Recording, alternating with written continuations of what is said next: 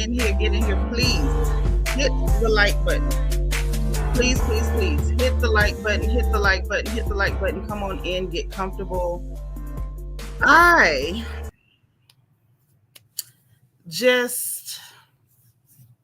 ain't gonna say wasted an hour of my life watching RHOP, but I'm gonna say it. I wasted an hour of my life watching RHOP. This was hey y'all. I ain't gonna start complaining right away. Let me greet everybody first. How y'all doing? I'm glad y'all came back. Those of you who came back, those of you who I didn't talk to earlier, I'm so glad to see you. Hey Kelly, how you been, girl? Good to see you. Let me greet everybody. Let me greet everyone. Brandon, I'm with you. They got spicy at the last 4 minutes. Like, why we had to wait to the end for all of that? And why did it take Uncle Ray to get us the dirt? We're gonna get to it. We're gonna get to it. Okay. Bianca the Beautiful is in the chat and asking y'all to please hit the like button. And I need bubbles. Let me just make sure that I am getting my bubbles, okay? And my likes. I'm going to need my bubbles and my likes. I need them both, okay? I need the bubbles and the likes, okay? I need them. Oh, there's my bubbles. Thank y'all so much. We got Bianca the Beautiful is here. Yolanda Franklin, hey sis, thank you for being like number 1. Shani is number 3, and I appreciate you. Yeah, no, TJ wasn't fake crying. TJ was actually crying, and I got thoughts about that too, child. It made me uncomfortable. Hey, Dr. Jen. Okay, you were watching the playoffs. So was my other half, okay? Still in there in front of the football. I still hear football in the front of the house, okay? Aries Sun, hey now. Thank you for being number 3. Hey now. Good to see you. Good to see you. All right, Amanda K is in the house. How you doing? You still watching the episode, girl? What? By the time you finish, we will have gotten to the part that you have not seen yet. Okay. Thank you for being number 6, Krista Jones. Good to see you. Good to see you. Yeah, Amanda K. I'm glad you can multitask too, because it's a lot. Brandon, it's good to see you. Happy Sunday. Make sure y'all are hitting the like button for me. Okay, please and thank you. Hit the like button. All right. Happy Sunday to you, Amanda Makeup Addict. How you doing? Happy to be happy is like number 9. I appreciate y'all. Thank y'all for the bubbles. I got almost 10 people in here that don't like me, and y'all know we'll mess around and do Duolingo. It is not a game. This is not a drill. Magaline, thank you for being number 6, sis. Auntie Eva, thank you for being number 14. We glad you made it. All right. DV is number 15. Hey, how are you? All right. Oh, and DS, D Crazy, the amazing DS is 16. Cool Gamer is in the house. Good to see you. All right. Callie is here. It's so good to see you, girl. How you been doing? All right. LEL is in here. What's going on with you? Apple Charm. That's my boo is number 22. Junie B. Hello, gorgeous. How are you? She is here. She's number 21. Brandon Martin, my love. How are you?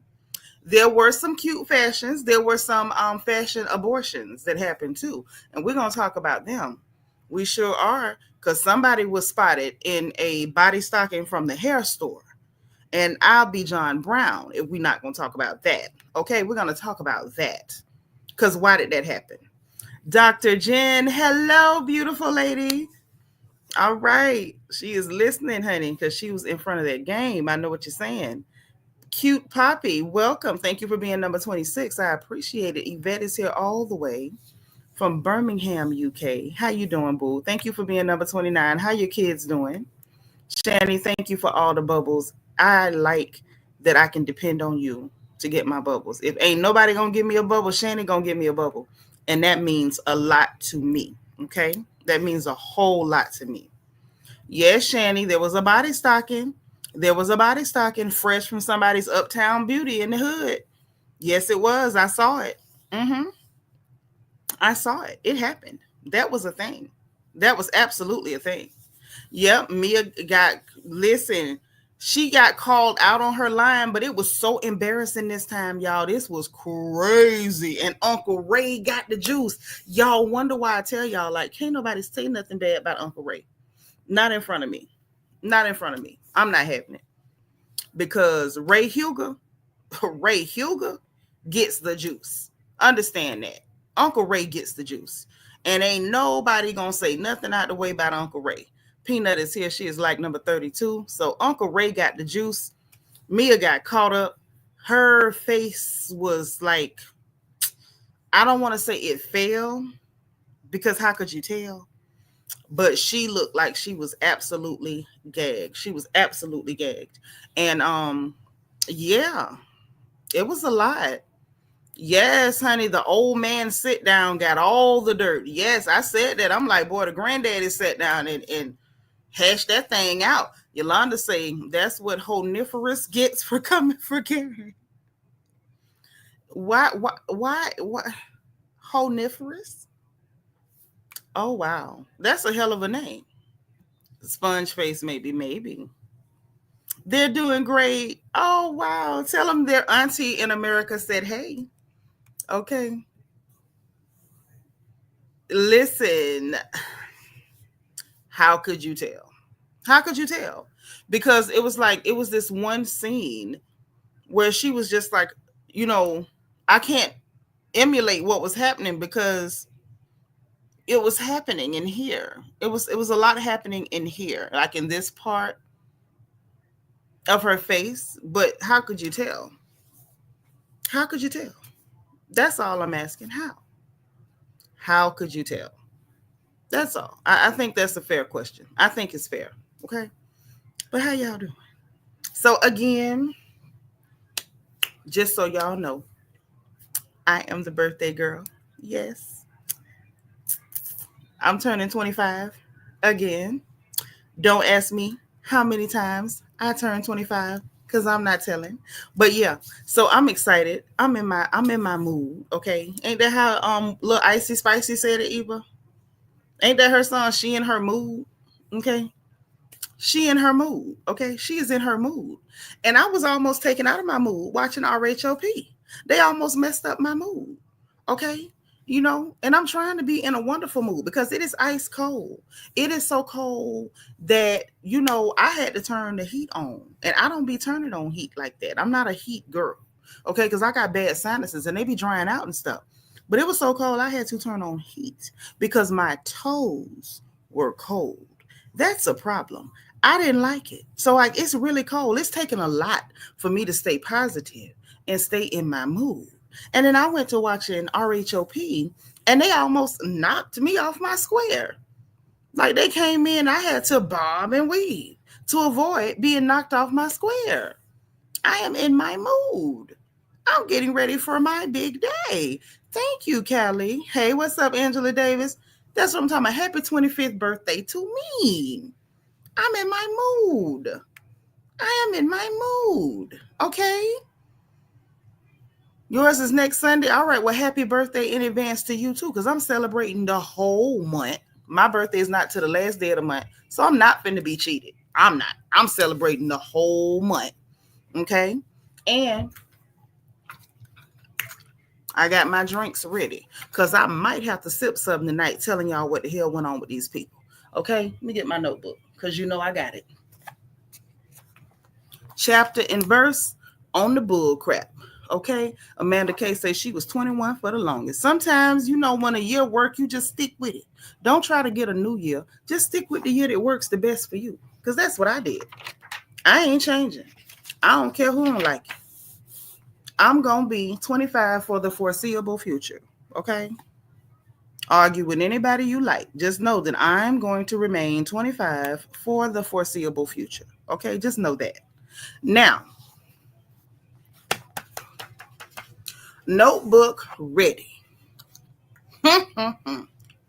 So we start off and I'm thinking, okay, we about to be on filler mode for real.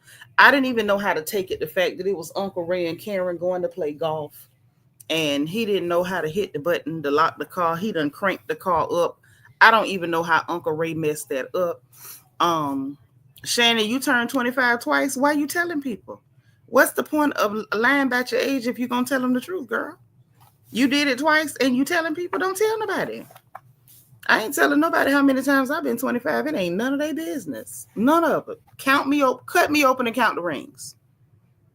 Cut me open and count the rings because unless you clock me, You're never gonna get me. Okay.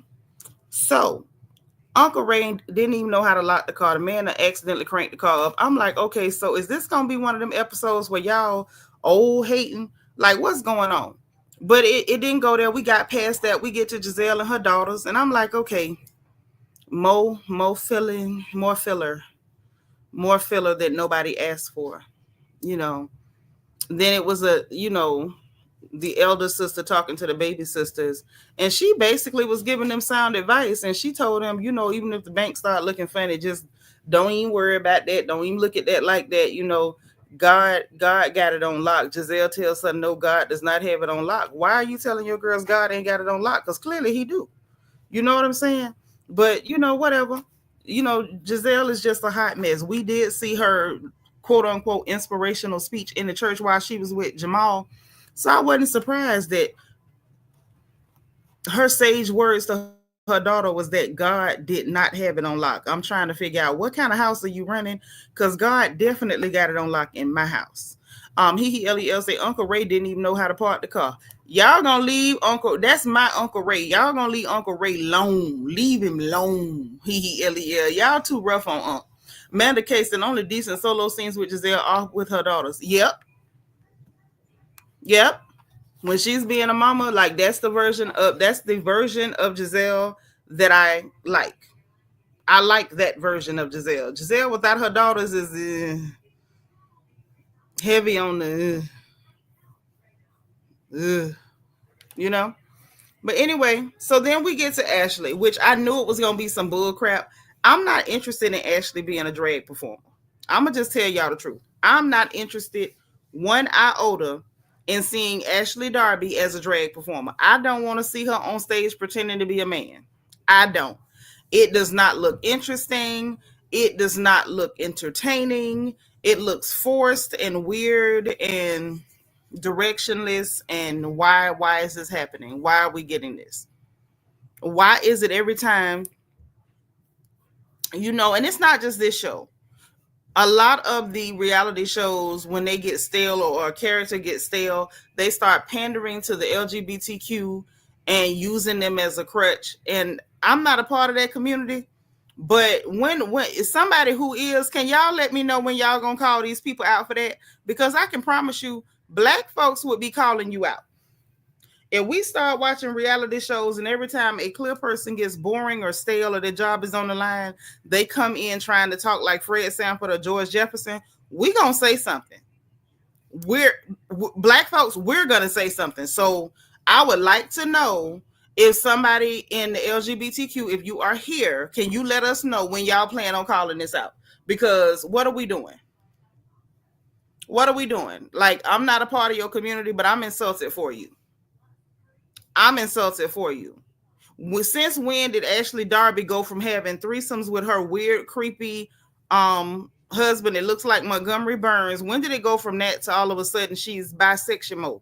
That was never the story. Why is that all of a sudden the story? Why did we get last week her pretending to be flirty or coming on to Tacky Jackie? Now we got this whole drag storyline of her trying to be a drag king or whatever. It's just ridiculous. Cute Poppy said Robin would be more believable as a drag king. Yeah, and she wouldn't even need no makeup. She could just put on one-on-one outfits. Nobody would know the difference. It wouldn't take nothing. It's effortless for her. But I guess she didn't want to. And I agree with Callie too. This should be the last season, the absolute last. Yolanda say Grizzle better get it right. As a former first lady, how can you be in the Lord's house but not have faith in him? Girl, a lot of people be up in there and ain't got no faith. You'll be shocked to know that some of your preachers ain't got no faith. They just know how to hoop real good. DS say Ashley didn't need to wear a beard. She was already vulnerable. Woo! Okay, so it's tough in here tonight. Tough crowd. All right, I'm gonna go and respect it. I'm gonna respect it. Bianca, that's right. Bianca, tell them hit the engagement button. Hit the engagement button. That's right. Make sure everybody's being friendly. Greet each other in the chat and keep your like number because you don't know what I'm gonna do. Remember that. Dr. Jen said we don't care about that drag ish. I can't stand Bravo. Yep, I can't stand them either. Ashley can go. Been saying it for years. Yep, a lot of us are kind of over Ashley. Shannon says she don't need one clothes. She can use her own manly clothes. Golly, y'all tough. Yeah, Auntie Eva, the machetes are out. The machetes are out.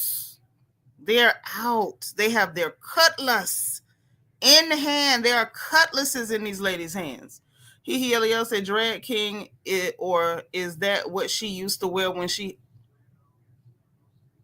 Another cutlass.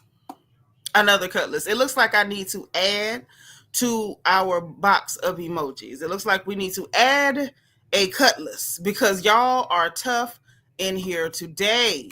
Okay, y'all are tough. Y'all are tough. The masculinity is a natural for Rottweiler Dixon. It is.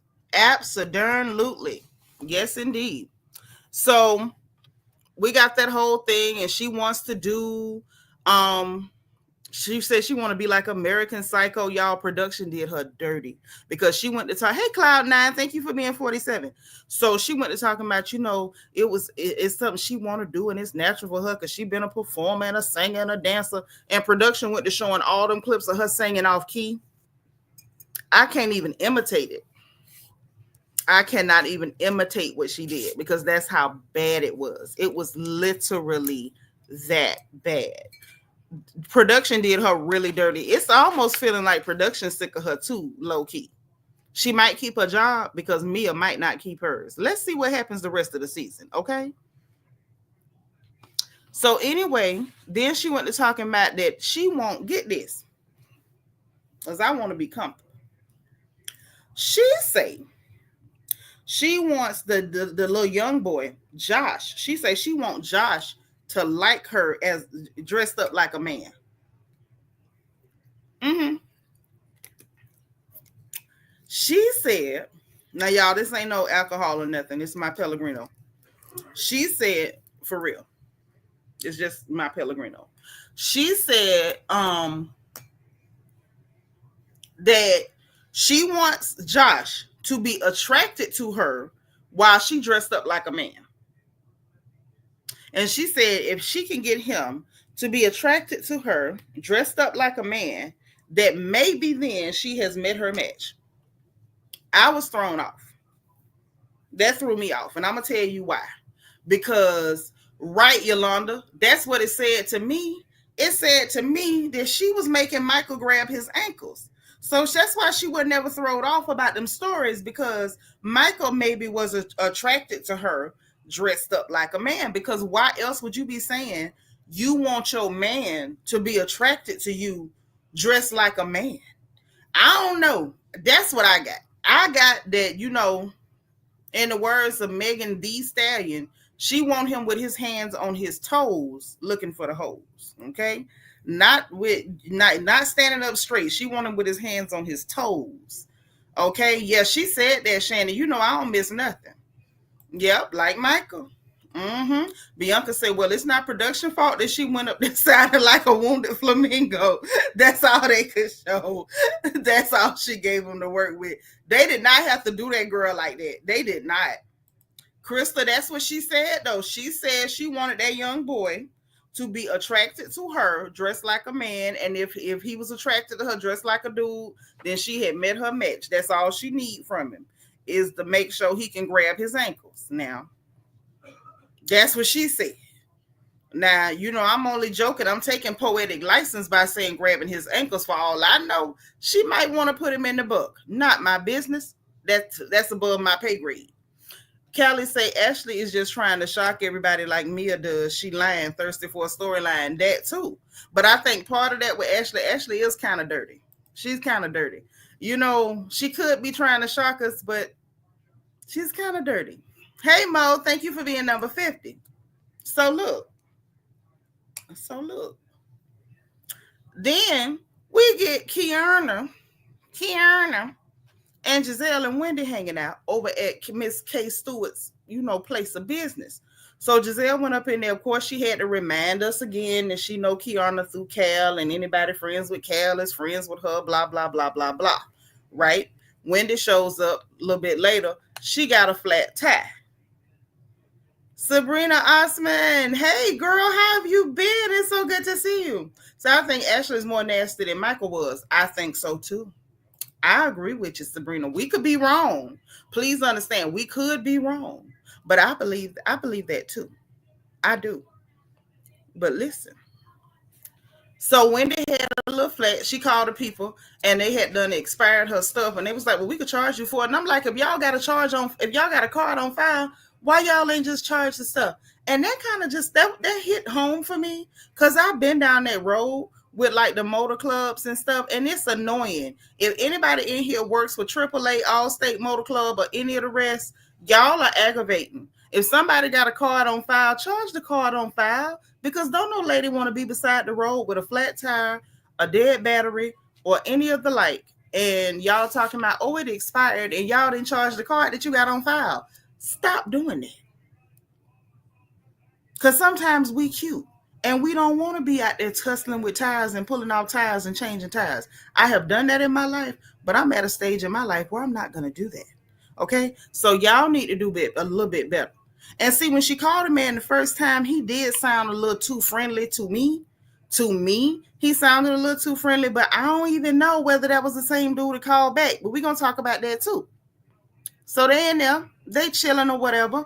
Kiana let them know that they done been arguing, her and Greg done, but she didn't mention the arguing part yet. That came later, I think. Yeah, that came later. Wait, no. She did tell him they had been bickering about like domestic roles and stuff, and he want her cooking and cleaning and whatever, and that's all that he want her doing. And she wants to make her money and make friends and be out the house. She want to be outdoors. Okay, the children say outside. To me, it's outdoors. She wants to be outdoors and whatnot. So come to find out, her mama and her daddy is military, and she say her mama always been real tough, handle her business or whatever like that. So she ain't really used to it. And production showed where he was being like intentionally rude, in my opinion. Oh, she could be a Diggs. I need to order her around a little bit, and I'm like, sir, you are not cute enough, accomplished enough, or anything else to be talking to that girl like that. But it's whatever. Then come to find out, he don't like the hyphenated name thing. He don't want the names hyphenated. So I went and I asked Papa about that because I had questions. I'm like, what is this thing with the hyphenated name? So I'm like, what is going on? So y'all, I went and asked the man, closest man to me. I said, let me find out what is going on with this hyphenated name stuff, because I never saw a problem with it. And I thought Greg was just being unreasonable. Now, he did give me the male point of view on this. So he said that some men could take it as like you don't really trust them, or you kind of keeping one foot out, like you in, but you got one foot in, one foot out. Or like she don't completely trust you, or like she trying to make it easier for herself when it's time for her to walk away. She want to be able to walk away easily because her name is still hyphenated or whatever. So I'm like, dang. And so I went to thinking about it. I'm like, well, I guess that would make sense, because a lot of us girls, that have chosen in the past maybe to go that route, I know for a lot of us, it was like, hey, you asking me to turn loose my daddy. And that was the most important man in the world. So maybe it's a matter of them not wanting to feel like you still hanging on to your daddy because I can't measure up to him. I was like, that's, I didn't think about it that deep. But Callie has a point too, in that Kay is coming across like low self-esteem. Or maybe she feels like this guy is somehow, because he's a square and he get all his money square or whatever, like she's supposed to be so grateful to have him that she's willing to bend over backwards and all that stuff just to not run him off. And quite frankly, when it comes to Greg, I would probably help him run. I definitely wouldn't have been moving in. Kiana say run. Yolanda say run, Kiana, run. Greg is no good for you. What are you doing? To me, what I see, Amanda is right. It's like he wants her to be dependent on him, which will make it hard for her to leave. Yes, I think he still got sour grapes because that other lady escaped him. Sabrina said, I feel Greg is insecure about her success and wants to set boundaries early in a relationship by breaking her down before a ring. I'm going to tell you what else I think he's doing, Sabrina. I think the other thing with this man is even though she's trying to pretend and prove that she's not after a ring, like that stupid stuff she told her mama, which is extremely stupid. Um, I'm gonna just tell you like this: that's bullcrap. He wants to be able to dangle that ring in front of her, and that's supposed to be the prize for her. He doesn't, he doesn't want to see her as the prize, but he does. He knows that girl should not be talking to him. She's too young, too pretty, too everything to be talking to him. He's supposed to have a girl that looked like a fourth grade teacher with the body of an auntie.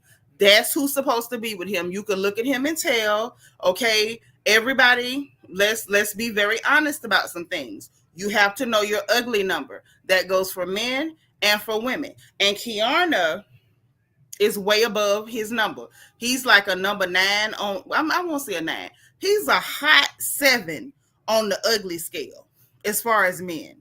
So he needs a woman that's like a 7 on the ugly scale. Kiearna's not even on the ugly scale. She's a cute girl.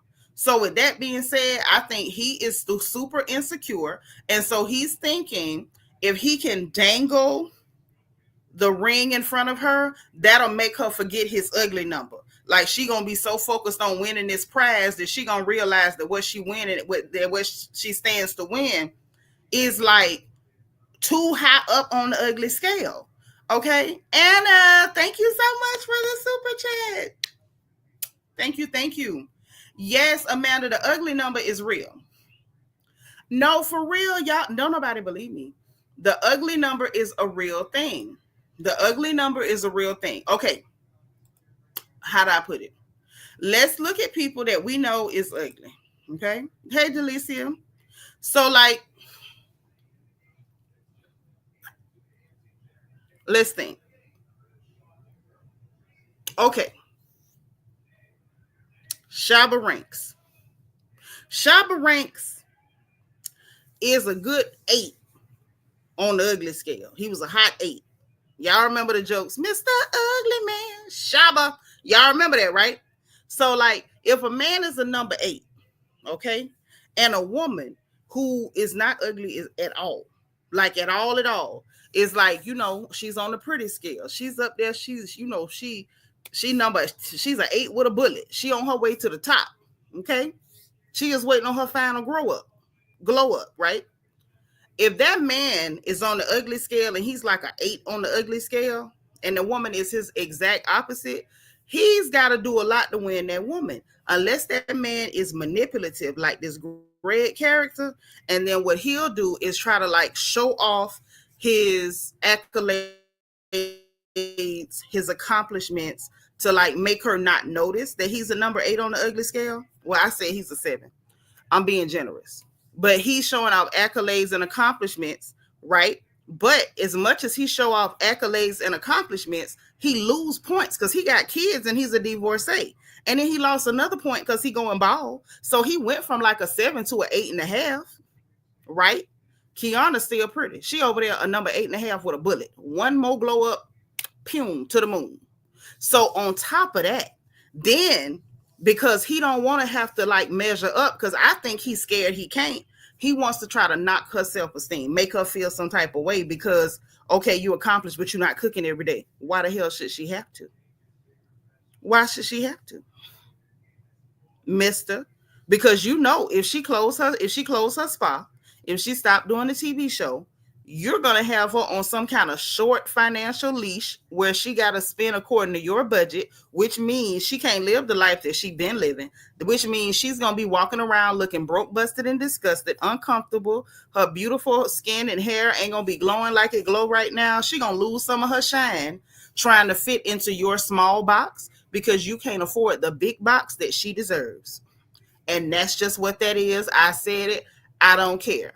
Yep, Seal got Heidi Klum. Okay, now let's talk about that. So Seal got Heidi Klum. Heidi Klum ain't pretty. Can we tell the truth, or we gotta lie because her hair blonde? Can we tell the truth? Is the truth allowed? But they do have different ugly numbers. Now he's higher up on that scale than her, much higher up on that scale than her. But he used his accomplishments, his accolades, and then I'm sure he had a great personality. and he probably treated her real nice, and so that they was able to meet in the middle. But a lot of men that's way up on that scale, they don't want to do what's required to get the nice looking girl or to get a girl that's got a better ugly number than them. They don't want to do that. They'll try to manipulate you into thinking that you higher up on that scale than you are. They'll start taking shots at you. They'll start saying subtle stuff like, "Oh, you gained some weight," or like touching you on your flaws. Like if they know you self-conscious about your thighs, they'll do little stupid stuff. Like when y'all watching TV, they'll reach over and try to grab your thigh in the spot that they know you're self-conscious about. Like, to me, those are acts of aggression. And when people start doing them little acts of aggression, get aggressive with them. Don't play with people. Listen, this is just from me to you. When people get passive aggressive, it's time to get aggressive. Because when men start using tactics like that's psychological operations. Those are psychological attacks, and I think that's what he does. I think he does psychological attacks on Kiearna, and she's still so young that she don't catch what he doing. He can't mess with her on her physicality because the girl is absolutely pretty, but what he does is try to play on anything that he thinks that she's not absolutely good at, because she's so good at so many things. So it's the constant nicking about, you not cooking. So what? She ain't your wife. Remember, you didn't even put no ring on this girl. So why she owe you something to eat? What did you do? Or he does stuff because she's on the show. He constantly nicking because you on this show. Because he wants her to feel insecure about doing something that she already knows that he's not in support of. When the biggest question is, if little Miss K is chasing her bag, why are you not in support of that? Because she's not chasing a Negro, she's chasing a check. So why are you not in support of that? I truly hope Kiearna wakes up before she get caught up. You think Heidi Klum is cute? Bless your heart. I got some eye drops you can hold. DS say Heidi look like Lassie. Bow. I agree. I'm not saying he horrible, but he high up on that chart. Kelly said, I'm sure he put Heidi on a pedestal. He has 4 kids. She got 4 kids with him. Yep. Because some men know how to compensate for what they toting without trying to manipulate a woman. You can compensate, and that's cool. But when they like sink into trying to manipulate you into seeing yourself as less than what you are, that's an act of aggression, and you better not fall for it. Brandon Martin said Jermaine Dupri and Janet Jackson. Hello, perfect. This is why I love Brandon Martin. Perfect example. Now, Jermaine Dupri did all of the right things to get her attention because he knew he was on that ugly chart and Janet was on that pretty chart. She high up there, like 9.8, 9.9. At her prime, she was a hot 10 with a bullet. You know what I'm saying? But, Father Time picks everybody's pockets, right? So he knew there was no way to go to nicking and bothering her about stuff. Like, the only thing that anybody could ever touch Janet on was the fact that Janet would gain weight. But y'all know, if y'all been following Janet for years like I have, y'all know Janet would lose every ounce that she ever gained in like 4 weeks. I don't even know how she do it. I don't know whether it's juju or somebody shaking chicken feet at her mirror. I don't know how she do it. But Janet would gain, and 4 weeks later, Janet be right back like nothing happened. But he did what he was supposed to do to try to meet up to her. He treated her good and was sweet and bought presents and did all the romanticals and all that. But he just couldn't quit cheating, and that's how he messed up with Janet. I still don't understand how you messed that up. That was ridiculous. Sabrina say he act like he got more accomplishments than Obama. Sure do. That is how he act. And you're not that special. With your ball spot.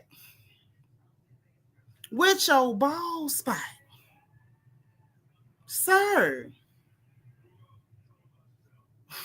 I don't know. It was just, everything about Greg is a no for me. Let me just say that for the record. Everything about Greg is a no for me.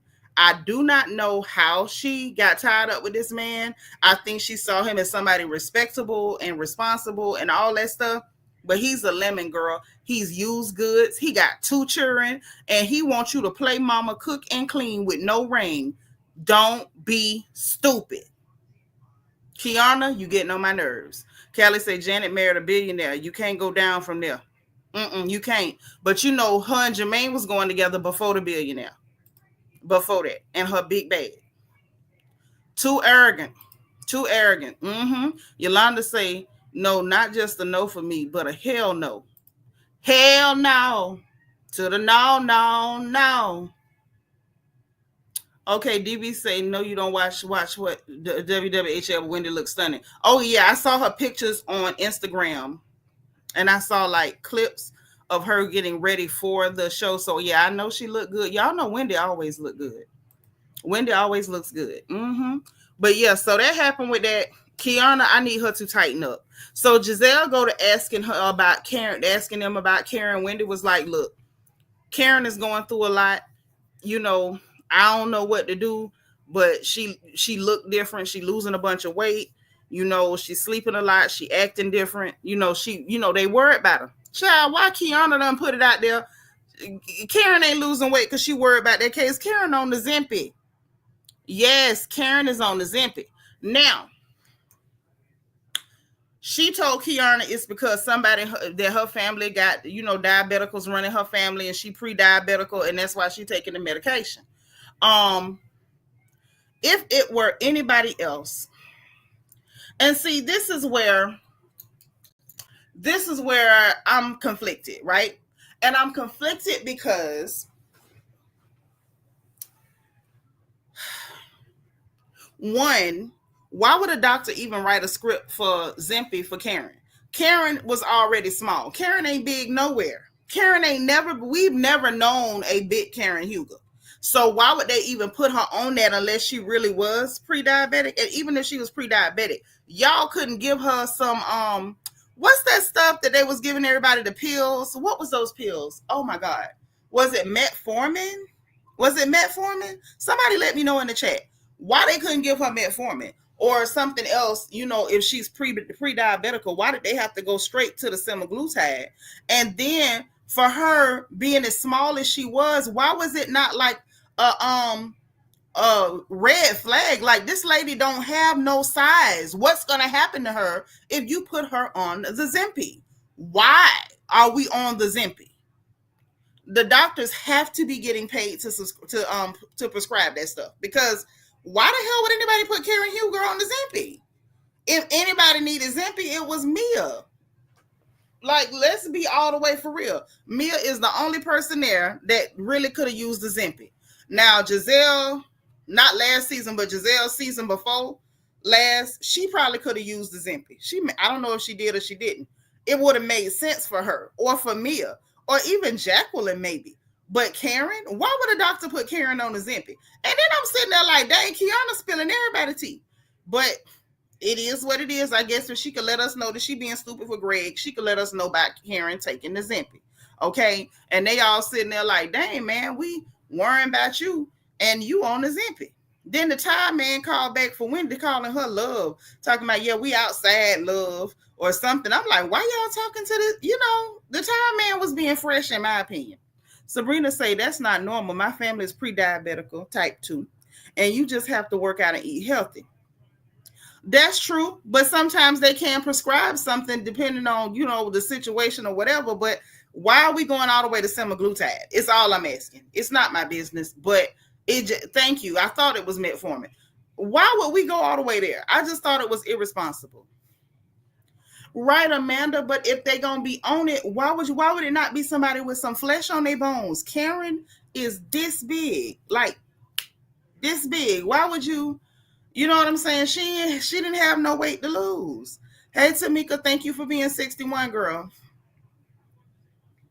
Vet say Caroline, she just straight asked for it, in my opinion. To do what, though? Yvette, girl, go look at Karen's old pictures. What was she going to lose, her mind? And even if Karen was stupid enough to ask for it, which she could have been, why would a doctor give it to her? That just seemed crazy. Yes, Kay did her job in that scene. She told the business, okay? Anna say Mia is a lie, but Karen is a whole lie. Didn't no doctor put her on the O. A doctor has to prescribe it. You can't get it unless a doctor prescribe it. So which doctor was irresponsible enough to put her on the Zempic? Brandon says easy to get semaglutide in Texas at least. Well, Karen is all the way in Potomac, Maryland, in Patamac. Kelly say Karen eats like a bird. She picks at her food. Right. She picks at her food. She don't hardly eat. She gonna drink before she eat every day. And this is not a knock to Karen. Y'all know I like Karen. But this is just irresponsible. I was just like, it ain't my business, but it is what it is. Okay. You gotta know when to stop. Now, even say it doesn't matter what a patient asks, whether a patient asks or not, because it's a diabetic medication, they have to put it on the books. Them doctors are criminal. And they are. And they are. Like, this is crazy. I felt bad. Brina says the DUI kind of makes sense because when you on Zempic, your alcohol tolerance is low. Ooh, for real? Hey, I didn't know that. That's crazy. Them doctors will lie in a minute. They will lie in a minute. Beth said she 165, like that's not slim, so she clearly wants to be slimmer. No, she told us she was 140. Karen says she's 140. She said she was 140. And at her height, 140 is slim enough. You don't need to be no small. We can see all Karen bones at this point. We see all her bones. Like, doctor, whoever you are, you need your behind toe up because Karen is way too small. Now, we got to get to this scene right here with Uncle G and Uncle Ray. They sat down, baby, they had a granddaddy's meeting. They had a granddaddy's meeting, and baby, the granddaddy's meeting was real. Kelly, for 140 is normal height, depending on normal weight, depending on your body type and your height. Everybody is not the same. It's not. Karen at 140, if that's what she was when she was talking, the bones in her head were showing. You could see the individual plates in her skull. That's not normal. Karen need to eat a sandwich. Okay? And shout out to Wendy for ordering chicken wings for her, because that was crazy. Right. 165 will have you looking skinny. Sure will. I remember looking like bones at 181. So everybody's body is different. And Karen needs to eat something. Yes, it's a little slim. So let's get to the granddaddy scene, y'all. Because the granddaddy scene was lit. Okay? We could have cut out all of that. We did need to know that Karen was on that Zempic, though. We did need to know that. Because Karen needs to be watched.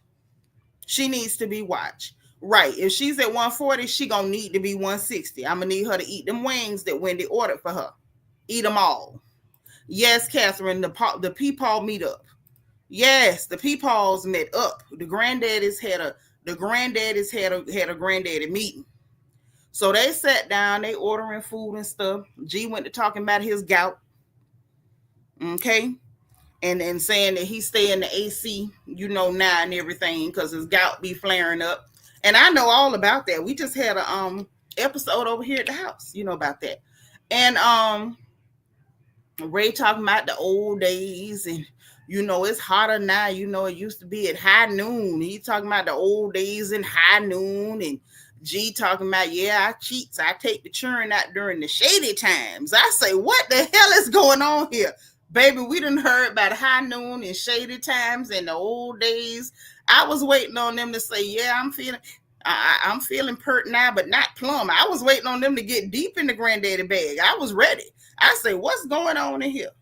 So they was in the granddaddy bag, and G asked about Karen and her accident with that tree, and Uncle Ray said, yeah, she expecting to be exonerated.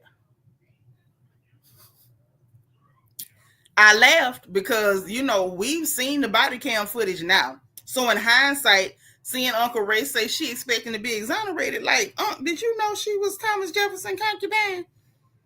Why are you telling people she was expecting to be exonerated? Like, we saw you was trying to hold it down for her, but apparently you ain't know what all your girls said in that interrogation, okay? It was a lot said in the interrogation, okay? Hey, Nicaise, thank you for being 66.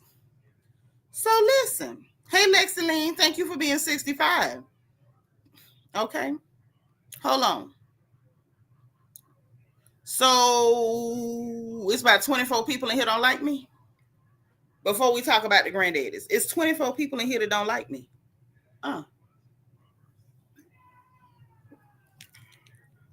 That's what we doing. 24 people don't like me in my house. Mm. Let me see just how deep this is. I need to see how deep this runs. I do.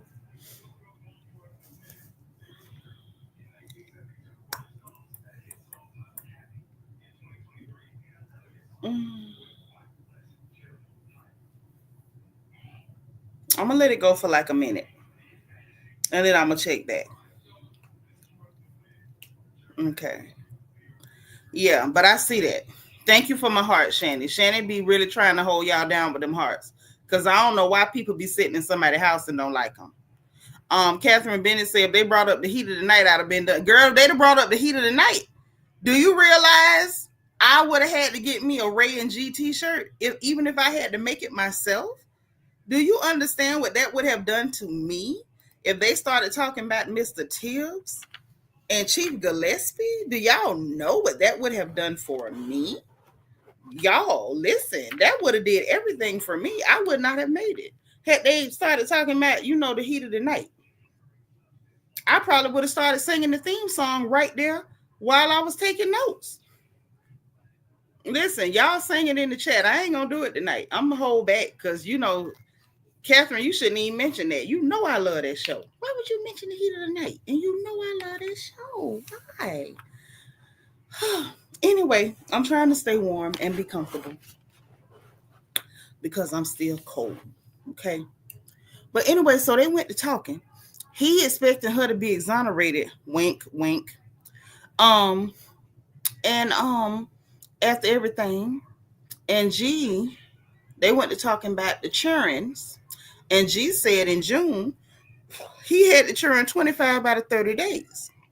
He said out of the whole month of June, which ain't got but 30 days, that Mia ain't had them churn but 5 days.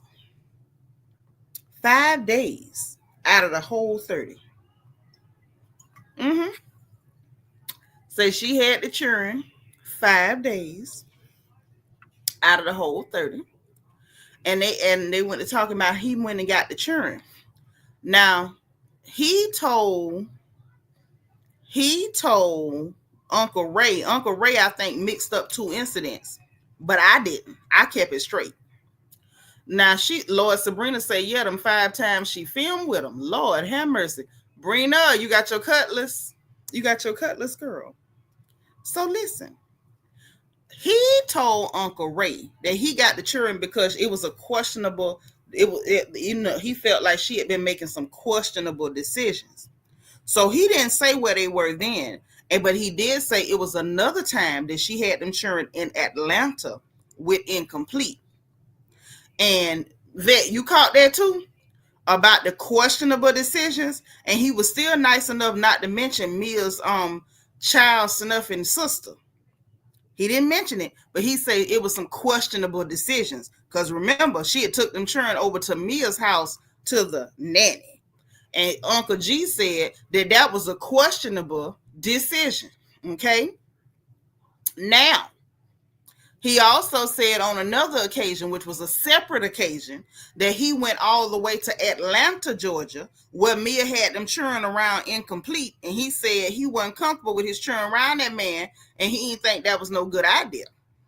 Okay, so those were two different situations where Uncle G went to go get them in Atlanta, and this time they was in town, but they was over there to Dr. Mia house, to Jacqueline house with the nanny, and Uncle G said that was a questionable decision. Okay, I don't care who sent him, Lexiline. I don't care if Karen sent him. I hope she did, because I would say this: if Karen sent Uncle Ray to get the tea, mission accomplished. In the words of Timberland, mission passed. He passed that mission, baby. He passed that mission. He got all the tea on camera too, because I heard it. So then Uncle Ray was like, well, maybe y'all can, learn to just get along or whatever. Uncle G say he don't see it happening because what he do know is that she was cheating on him with that man. Okay? And then we done seen Nia come back and try to say she wasn't. But production got her number. Hold on. I got a cash app. Hold on, hold on. Oh, and that. Oh, hold on, hold on. Wait. I had a cash app. It's a picture. Wait, is the picture clear? Y'all can't even see the picture. It's a glare. I was trying to show the picture. But thank you, sis. Let me send a heart. She said, happy birthday. Let me send that heart right on back. I appreciate that. That's love. But yes, so yes, Amanda passed with flying colors. So he was like, she done lied and said they wasn't cheating. But then production don't like her because they played back immediately that she said at the reunion that it could be because it was an overlap in the time that she was sleeping with both of them. Ain't no overlap, ho. You was hunching two men because you was cheating on one. Now who was you cheating on? Who was your man and who was the side piece, Pokey? Who was it? Amanda says she be blaming everything on his mania when honestly everything makes sense what he done to me too. Anna say Ray got some tea and spilled some tea. Karen was pregnant and didn't know if it was blue eyes. That's not what I heard him say.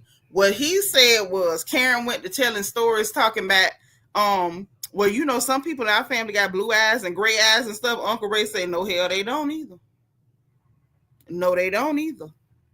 So I guess Karen was trying to set it up so if the child came out with some funny looking eyes, she could explain it. And Uncle Ray say, no, they don't. But he didn't say that she didn't know who the child belonged to.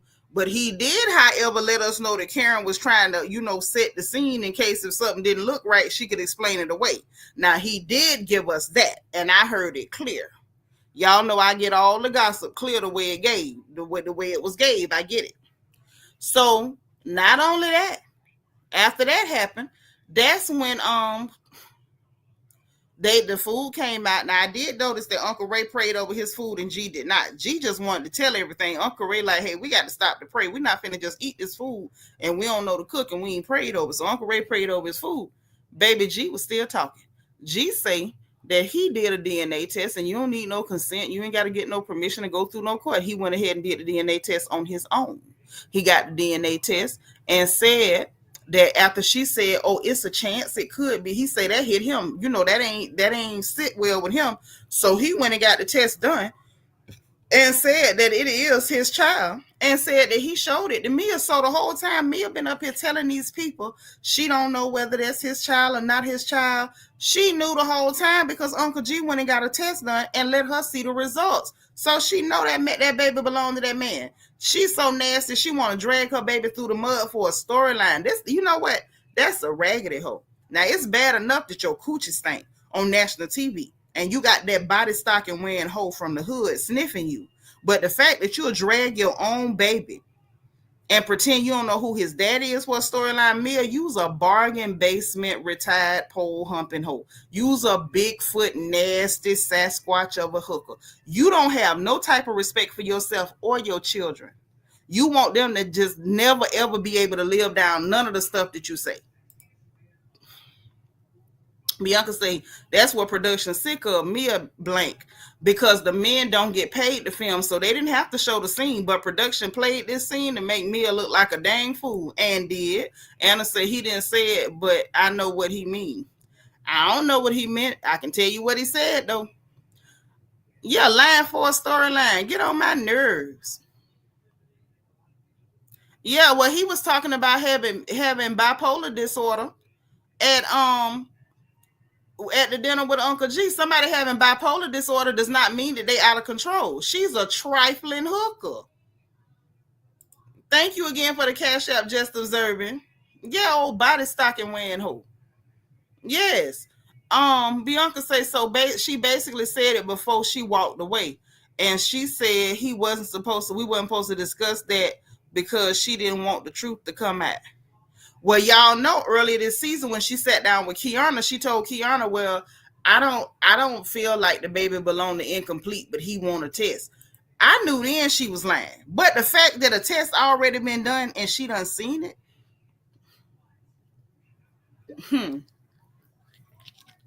I can't respect that. That's so raggedy. And then that's when we find out that the divorce it ain't just as cut and dry as she making it seem. Now the way Mia's making it seem, she trying to make it look like that, she going ahead with the divorce. They almost done. They going through all the steps and yada yada yada. And G just don't want to go, he don't want to get divorced, but she do and they doing it or whatever. Then we find out from Uncle G that he's like, let's get postmarital counseling, and like he talking like the divorce is kind of on hold, or they not really making no progress with it or whatever like that, right? And them children do look like Gordon. They do. Do you know them children would have to be a good 7.5 inches shorter to belong to incomplete? I knew them children was too tall to belong to that man. Them children almost tall as that man right now. How in the world would the children be tall as the man if the man is? Listen, them children belong to two full height people. That's all I'm saying. They belong to two people with full height. Period, point blank. Mia just raggedy, and she don't mind embarrassing and humiliating those children in order to keep a storyline. Yes, Mia absolutely has more problems than G, because she lives in some kind of weird escapist reality where nothing is real, but she's made it real. And the minute you challenge her on the fantasies that she's created in her head, she gets defensive and starts yelling out obscenities. Like, girl, I peeped your game. You real raggedy. Brandon say, ain't catching so many strays tonight. Child, incomplete is incomplete. I need him to go complete himself, come back and try again.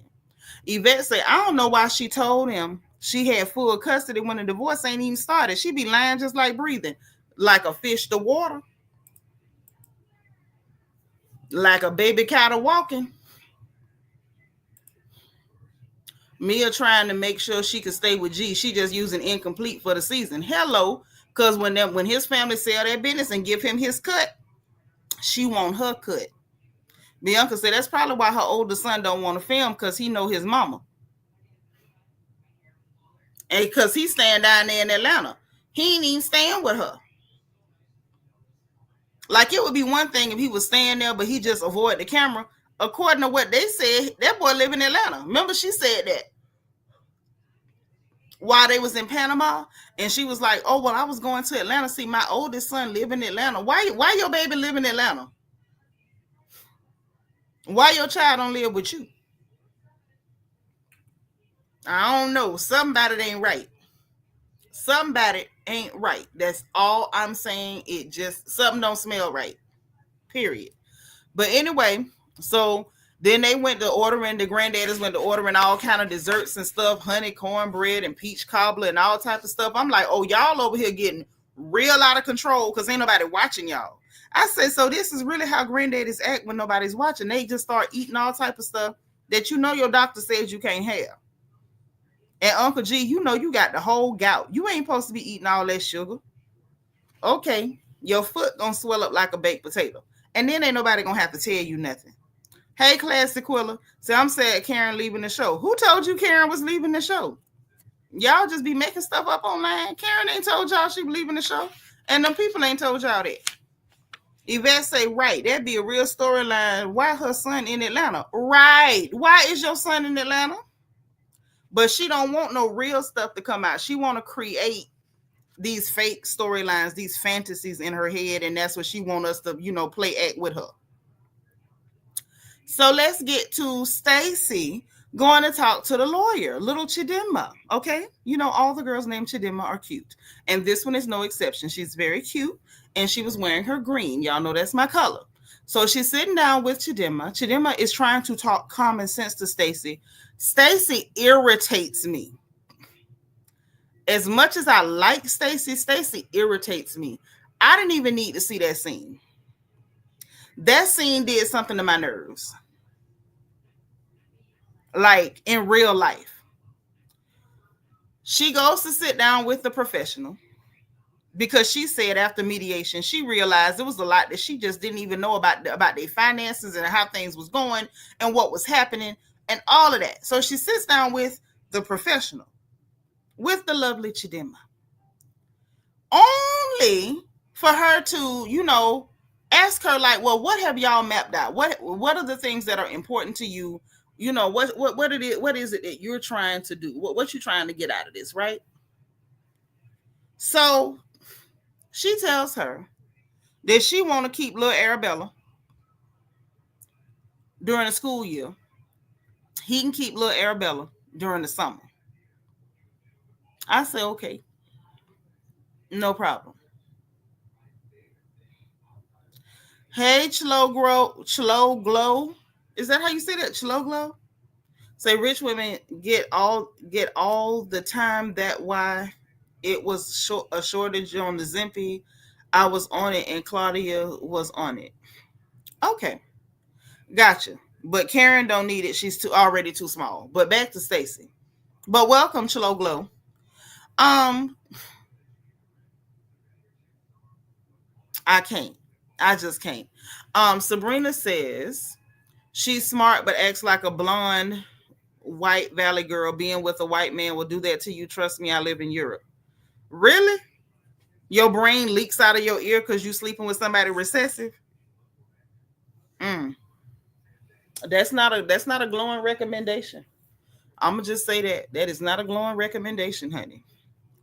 But in any event, so she says that she want to keep the baby during the school year. He's gonna keep the baby during the summer.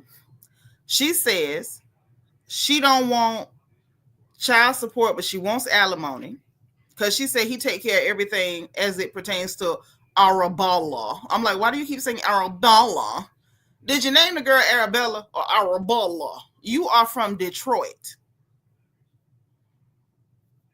You're from Detroit, Stacy. Let me say that again. You're from Detroit, Stacy. You named the girl Arabella. Did you forget we met your auntie? Okay. And she was working my nerves in this scene because she kept saying Arabella. He does everything for Arabella.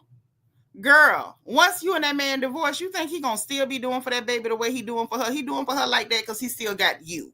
Once y'all split, I was so glad Chidema told her, like, girl, do you think that he's gonna get into a new relationship? And that what happened if that new woman don't want him to be doing all that and jumping through hoops? What happens when a new woman say, well, I don't feel like Arabella need 3 pair of new boots every week or whatever? He jumping through hoops and he'll do any and everything for her now because y'all are a family of 3. Once there's another woman and God forbid she get pregnant, oh no, he's not going to want to treat Arabella the same way he's always treated her. And her quality of life is going to change because according to Stacy, he makes far more money than her. Shout out to you. Shout out to you. But I was so glad Chidema was like, girl, he does for you now. But things change, and that's why you sitting here. That's why you sitting here. So how much sense does that make for you to be that stupid? Like, it's just ridiculous. And I was so proud of Chidema because she like immediately shut down and was like, okay, girl. And I don't blame her because that's exactly what Stacy would have got out of me. Okay, girl. Who think it's sexy? The black women think it's sexy to be dumb, or they're being dumb and they get in the habit of being dumb until it sets in because the men like dumb women. Because that's pathetic. That's pathetic. I ain't gonna say everything I'm thinking because but that's pathetic. If I'm already not standing next to something, that's perfection. I gotta be dumb and stand next to something that's not perfection. No. Right, naive, but stupid. Like, y'all could say naive, but it's just stupid. Stupid. You from Detroit, Shannon? Would you call? Okay, well, let me ask you. Would you call that girl by her name Arabella, or would you be saying Arabella? Arabella. Would you be saying Arabella, or would you just call the girl Arabella? Let me know. Because I know some girls from Detroit. I ain't never heard nobody with that accent. Because where the hell does that come from? Karen is leaving according to It's Only Entertainment. She's, child, them people ain't got no proof. They just talking. No, that is his child. That's the man's child. But she's saying no child support, but she want alimony. Right, Lexi Lean, get everything in writing. Because at the end of the day, if you knew him like that and y'all was cool, you would not be sitting in that office. That's why I was like, Chidema, tell her. You don't know that man like that no more. Things have changed. That is why you're sitting in her office. You're in her office because things have already changed. Stacy, get everything in writing. Oh, them white men think dumb is sexy. That's sick. And imagine some sisters go looking for that. Hey, DM Rocks. Yes, me is a liar. Yeah, y'all ain't got no prenup or nothing. Girl, you better listen. Listen. And she's saying stupid stuff. I had to write this down, y'all, because I wasn't gonna believe it if I didn't write it down. She says, I know what I'm doing. I know my husband. I have to trust that. You have to trust what? If you know him so well and you gotta trust that, why are you not staying with him, girl? You know what you're doing. That's your husband. You have to trust it, girl. Bye. Anna say maybe Stacey don't want him to be distant from the daughter. A lot of men don't come around if you put them on child support. Girl, if a man gonna be distant from your child because he has to pay for the child, then he was gonna be distant anyway. He just used that as an excuse. A man who loves his children are not going to distance themselves because they're on child support. That's not how to, that's just not how that works. They might hate you, but if they love their child, they still gonna be there for that child. Any man who does that was gonna do it anyway. He's just gonna use that as an excuse. Definitely gonna use it as an excuse. And if she's stupid enough to believe that, then she really is as dumb as I think she is. Shannon say, no, I'm from New York. That's a line from School Days. Oh, girl, I forgot School Days. It's been so long. Amanda say maybe her daddy say the name like that. He probably do. He probably do. Because she from Detroit. Detroit. She from Detroit. And she up there talking about Arabella. Where did you get Arabella from? What black people from Detroit talk like that? Who?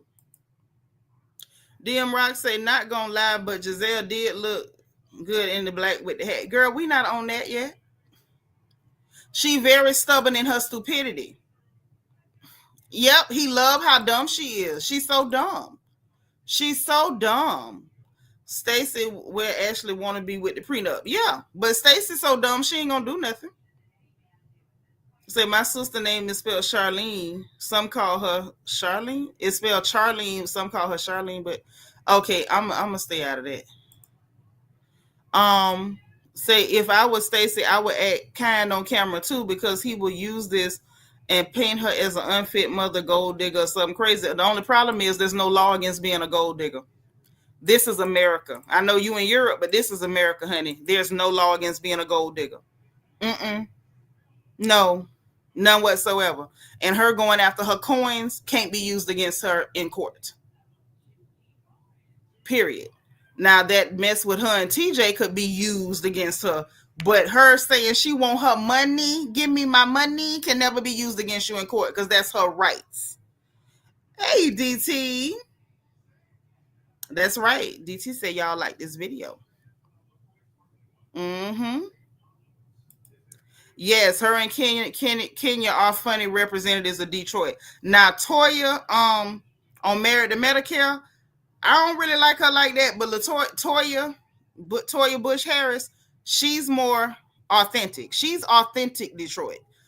Kenya and Stacy, listen, I don't know whether it's some kind of like ghetto insecurity where you gotta overcompensate and try to act like you bougie, but Arabella, I was about tired of her saying Arabella tonight. Did you name that girl Arabella or Arabella? Brandon say, did Stacey make the decision based on alimony lasting indefinitely, whereas child support ends when Arabella turned 18? But that's stupid because you can get both. Not you stupid, but if that's what she doing, again, she just dumb as hell because you can get alimony and child support because one has nothing to do with the other. Hey, Sharon Middleton, thank you for being number 82, boo. Said Stacey need to talk to Sutton over there at Beverly Hills. She need to talk to somebody like a I don't know, psychiatrist. Oh, yep. Birthday me. Yay. DM Rock say breaking news. Karen just announced her. Did she announce it or is somebody saying it? Because I didn't see her announce it. When did Karen say it? Let me go to her social media. Because I done told y'all about coming in here reporting stuff and you ain't sure. Don't report nothing unless you're sure what you're saying.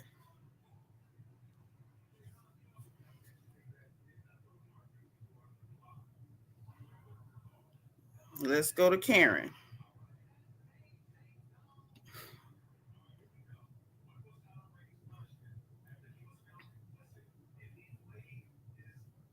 Okay. Where is Karen Hugo announcing anything? I done stopped my show for this because y'all, this the second person with this. Number one, I done told y'all about coming in here to talk about stuff that I ain't talking about. That's number one. You already violating. So I sure hope it's true.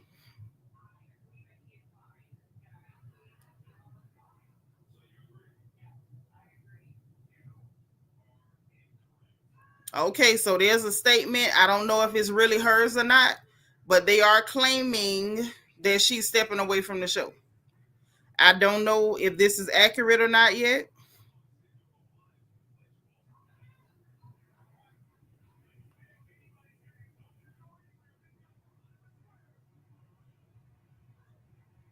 I don't know if this is true.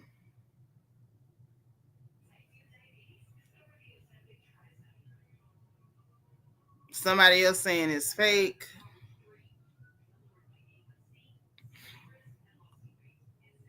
Somebody saying this is from a parody account.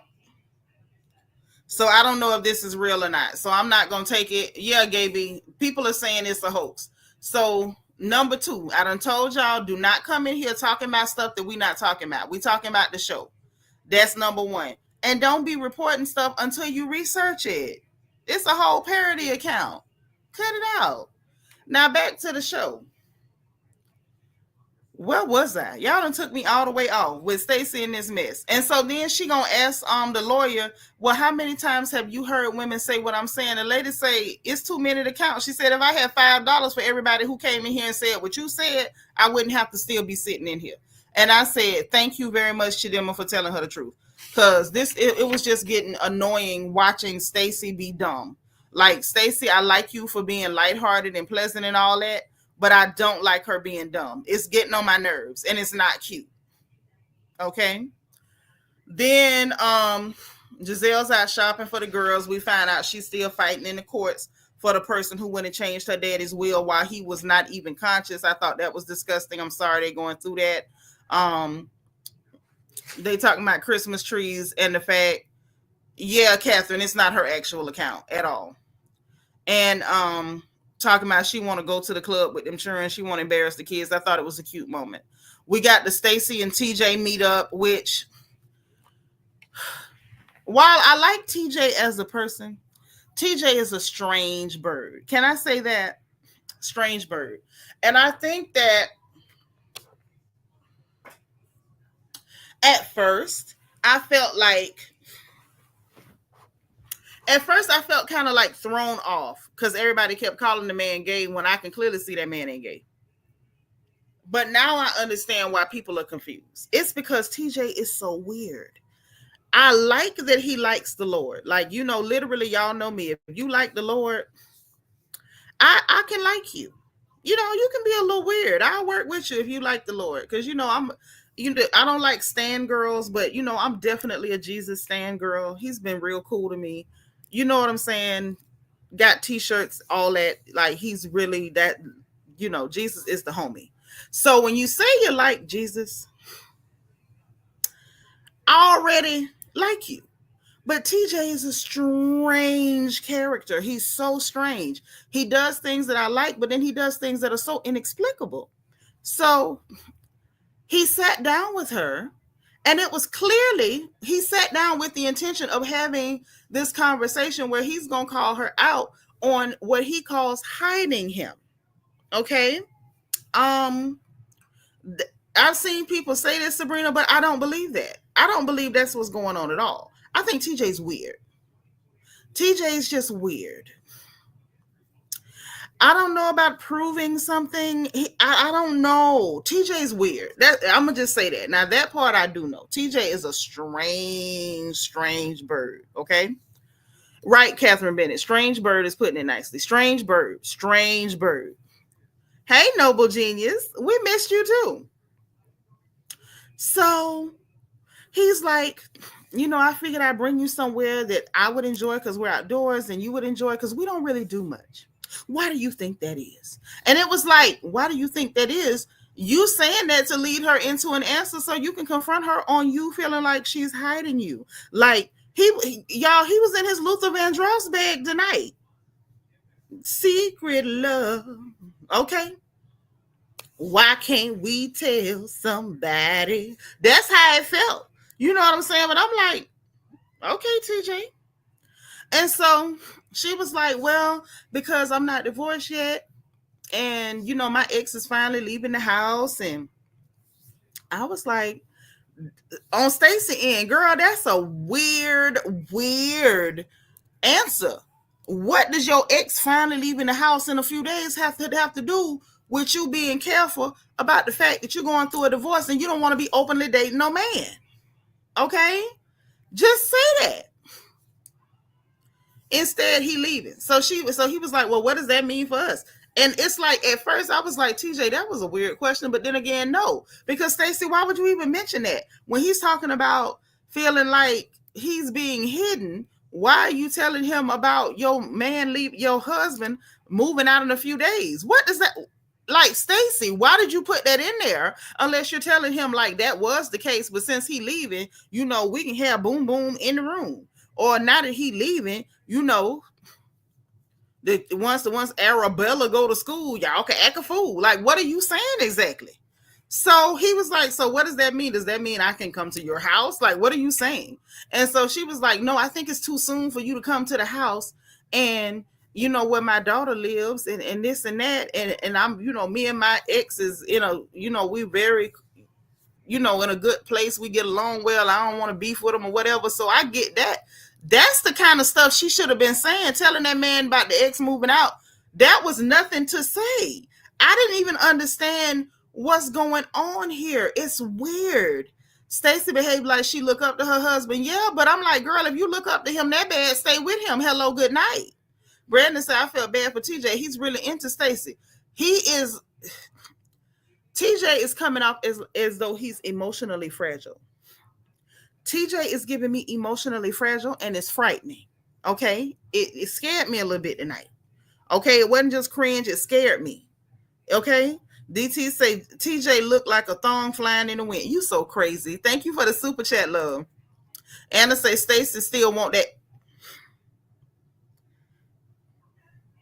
You and your Ron Isley bag. Make me say it again, girl. Say it again, girl. That's what's going on. Anna, girl, you better let him use you. That's what's going on with Stacy. She still want that man. Stacy is still holding in a holding pattern because see, she don't want to just tell TJ, look, I am hiding you because I don't want to piss him off because it might be a chance I can get back to the man here. You know what I'm saying? I done hollered divorce a little too quick and I came back down just like that. I got to see how we gonna do this thing, what we gonna do. But in case I can't save it with him, then I'm gonna take you. Because for whatever reason, she finds him attractive. He ain't my cup of tea. You understand what I'm saying? Because I like them. I like them at least darker than a brown paper bag. But for a certain type of woman, I guess if that's your type, that's your type. But she want to hold him there in case she can't get her man back. See, she might have hollered divorce too quick, and then he went and got him a woman, and now she don't know how to play this thing. Even say, you should have known he was fragile, how he handled her leaving him at that party. Mm-hmm. Yeah, but this was different, Eva. This was different. Man, look, yeah, it looked like she still want that man. She still want that man. Listen, Anna said that. Anna, you said a mouthful, girl. Bianca say, and if she don't like him anymore, she did say she was scared to leave her current life. Hello, and I bet she do rethink that being that man is paid right. And TJ is an actor that sometimes work and sometimes don't. Now I'm not saying the man is poor or whatever, but he clearly ain't got it like the man you trying to leave. Listen, I advise her if she don't want to mess up her money or divide up her money, she need to get in her, just like he jumped in that Luther Vandross bag. I'm gonna need her to jump in her Effie White bag. And I am telling you, that's what she need to go and tell him. I'm not going. Hey, right? She need to go get her husband back. You're the best man I've ever known. That's what she need to tell him. There's no way I can ever. No, no, no, no way. She got to really like get into it. You know, get in your effing white girl. Go get your man back because you don't really want TJ. You want TJ to be over here just in case. Because you really don't want to be by yourself because you ain't been by yourself in almost 20 years. So you want to make sure you got him on the side just in case you can't get that man back. You need to just listen, just swallow your pride, girl. And anything else you have to swallow. Go on, get him back. Y'all ain't heard that from me. See, that's the whole point, Lexi Lean. She hollered divorce too quick and he went and grabbed him a woman. When a man can pay, he pay like he weigh. He can go grab somebody else for the same payment he was giving you. Miriam St. Fleur, hey girl. It was a rumor that Stacy was already divorced and she had to run to production to have scenes removed because her story wasn't adding up. It could be, I don't know, but I know that she just posted her, the husband and the baby together around Christmas time, the Rooshes. So I don't know, something going on. DC say, and then tell her to jump into a bag and find her brain again. Yeah, because I don't know who got it. Amanda say both of them can't figure out if they friends are in a relationship. Child, TJ wanted to be a relationship. Stacy want him to act like it's a relationship. That's why she was asking him if he was sleeping with somebody in LA. She want him to act like it's a relationship without having to give it that title because she still want her husband back. And I done already told her what she need to swallow to get. I'm done. Moving right along. Yeah, start back making his favorite German dishes. I don't know. What do they eat? Schnitzel? Make the schnitzel. Whatever she need to do. Go on, get your man, girl. Because you know you ain't ready to leave your man. That's why you doing that man like this. But y'all, so they did that or whatever. And she in the confessional saying all this stuff, but she not really saying it to him by, oh, that's my sanctuary and I'm not going to be pressured and this and that. So TJ is perceptive because she ain't said none of that to him. So he grabs her hand and was like, I don't want you to feel like you being pressured. I got your back. He reassuring her. And he broke down and went to crying. His eyes turned red, turned burgundy, like he had done smoked a whole half a pound of reefer. I say, oh no. Listen, Stacy, stop playing with that man. Leave TJ alone. TJ fragile. Fragile. He is fragile, honey. Leave TJ alone. TJ was fragile. Fragile. Stacy, you don't like that man like he like you. And in ordinary circumstances, I'd be like, that's cool. That's cool. If a man like you more than you like him, like they supposed to. Because men ain't like us. We can grow to love a man. A man ain't gonna never grow to love you. Understand that. If he ain't crazy about you from the beginning, he ain't never gonna be. Please understand that. He supposed to like you more than him. But she ain't really feeling nothing. And he got all the feels. And it's that made me uncomfortable.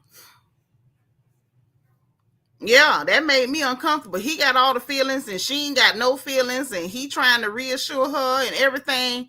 Leave that man alone, Stacy. DT say not he crying himself like Courage the Cowardly Dog. Child voice went to listen, shaking and cracking. I said, wait a minute. And his eyes turned red. I say, oh no. This ain't like when Mia was fake crying about them children and she knew exactly where they was. His eyes turned burgundy, y'all. And you know he high yellow. So even the rim under his eye was reddish. I say, oh no. Stacy, you better leave that man alone. That's right, Bianca. Let them like you more than them because they ain't going to grow to like you. They not going to grow to like you. Either they really like you or they don't. DT said, I want a man to cry for me like Eva Perón cried for Argentina. Stop it.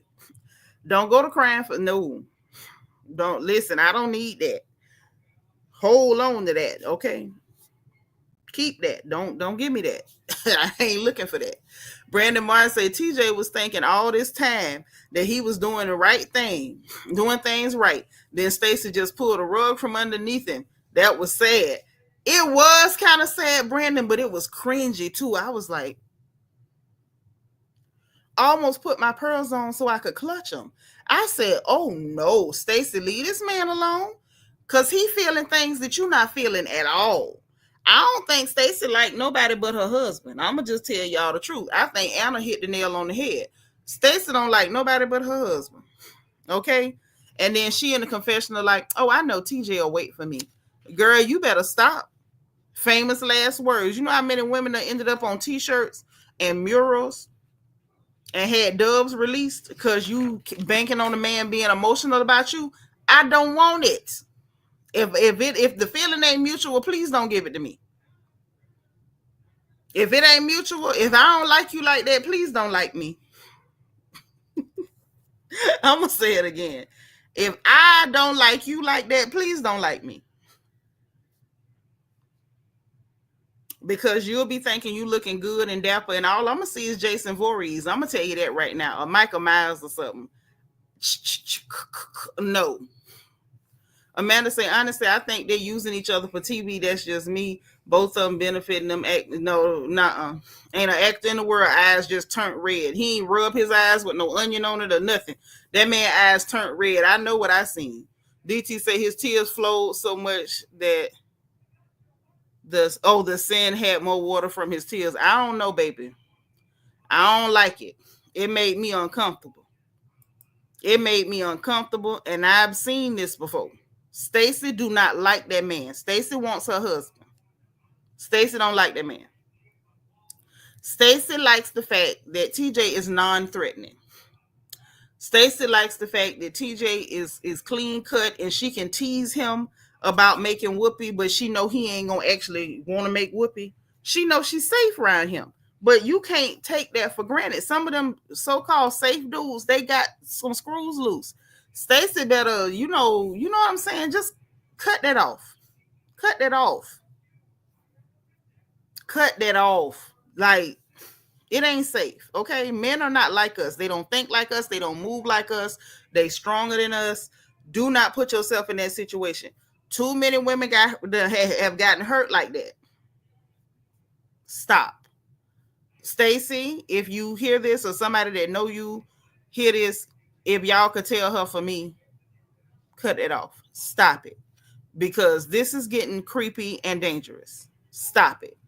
That man, like, at first, he wasn't even trying to cry. For those of y'all who didn't watch it, he wasn't even trying to cry.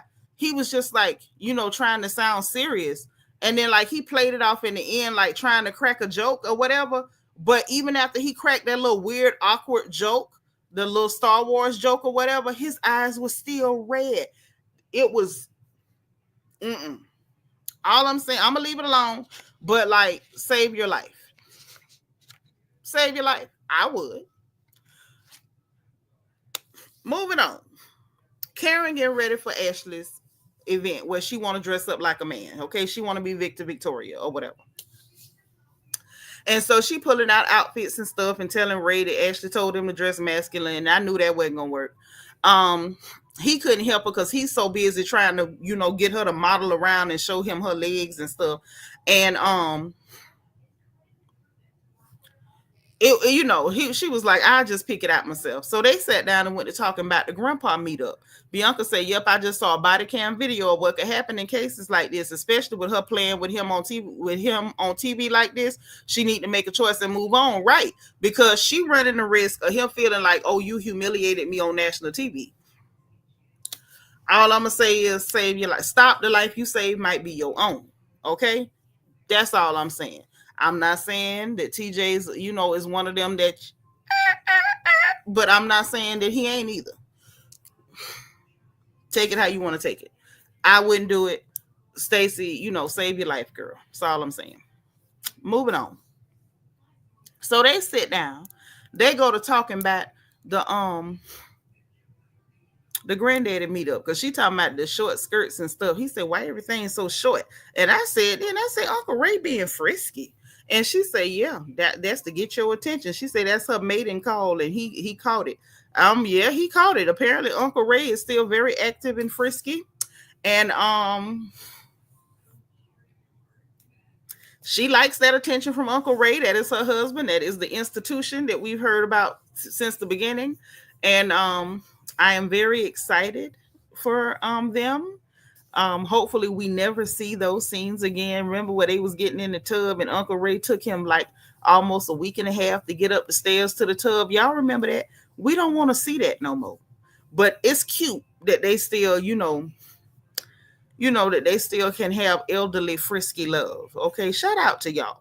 Okay, um, I myself belong to the mentholated love community, but I know young people don't want to see that. But Ray and Karen, every now and then, they give you a little glimpse into their mentholated love. But they sat down and started talking about the granddaddy meetup, and Uncle Ray let her have it about the paternity test, about the divorce basically on hold, about the fact that ain't no custody agreement because ain't nobody been given custody, ain't been no hearing on it, that he had to churn 25 out of 30 days in June, and they just in July, and all that. He laid it out. Karen sitting up there looking like she was utterly offended. And like, dang, Mia just lied about every goddamn thing. And she was like, girl, you are a liar. All right, Elizabeth. She says, cheers from France. Well, girl, cheers from Mississippi, from the South. It's so good to meet you, Elizabeth. Please come back again. Anybody who's new, make sure y'all subscribe. And I want everybody in the chat to tell Elizabeth welcome. Spam the chat with the word welcome. If it's your first time live, anybody here, if it's your first time live, put FTL in the chat so we can welcome you. Welcome, Elizabeth. And I mean, y'all better spam the chat for Elizabeth too. She's all the way from France. So they get to the event. Karen already got her wheels turning. She already hot. Cause she like, this heifer been lying. You run around harassing me about a DUI and you done lied about everything. You didn't lie about one thing. You lied about everything. Okay. Why am I not seeing my welcomes in the chat? Okay, there we go. There we go. Bienvenue. Yes, welcome. Welcome. So she already hot. Wendy there. She got on her little cute outfit or whatever. She was like, that's, she said that's as masculine as she could get because she rather dress up as what men like, which is a hot woman. Okay, she didn't say it that clean, but that's what it was. Kiearna, was looking very girly. Jazelle was as girly as she could be. Stacy was in her multicolored print dress. She said she was not feeling masculine. She said she wasn't gonna be able to pull that off. Okay, I see the welcomes in the chat, but I'm not seeing a bunch of welcomes. So let's stop. So everybody else is just watching and we can't say welcome to Elizabeth. Is that what's going on? Did we forget where we were?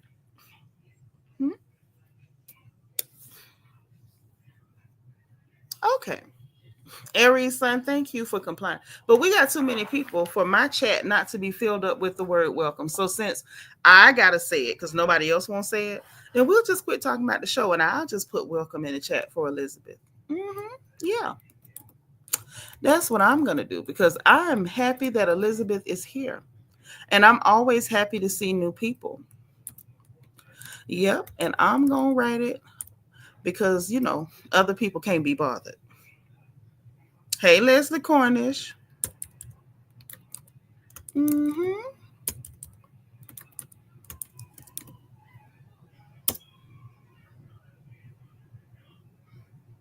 Okay.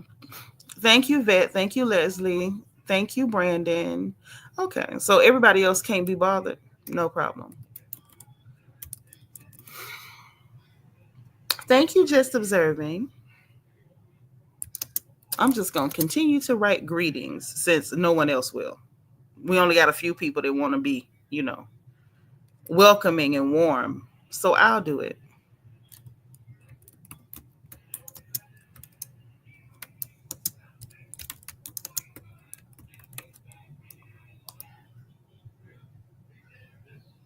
Mm.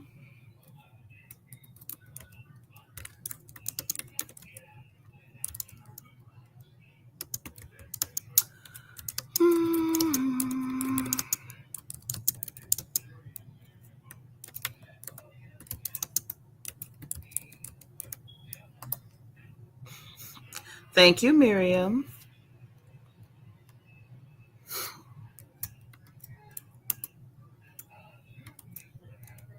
Hey, too adorable. Thank you for being like number 91.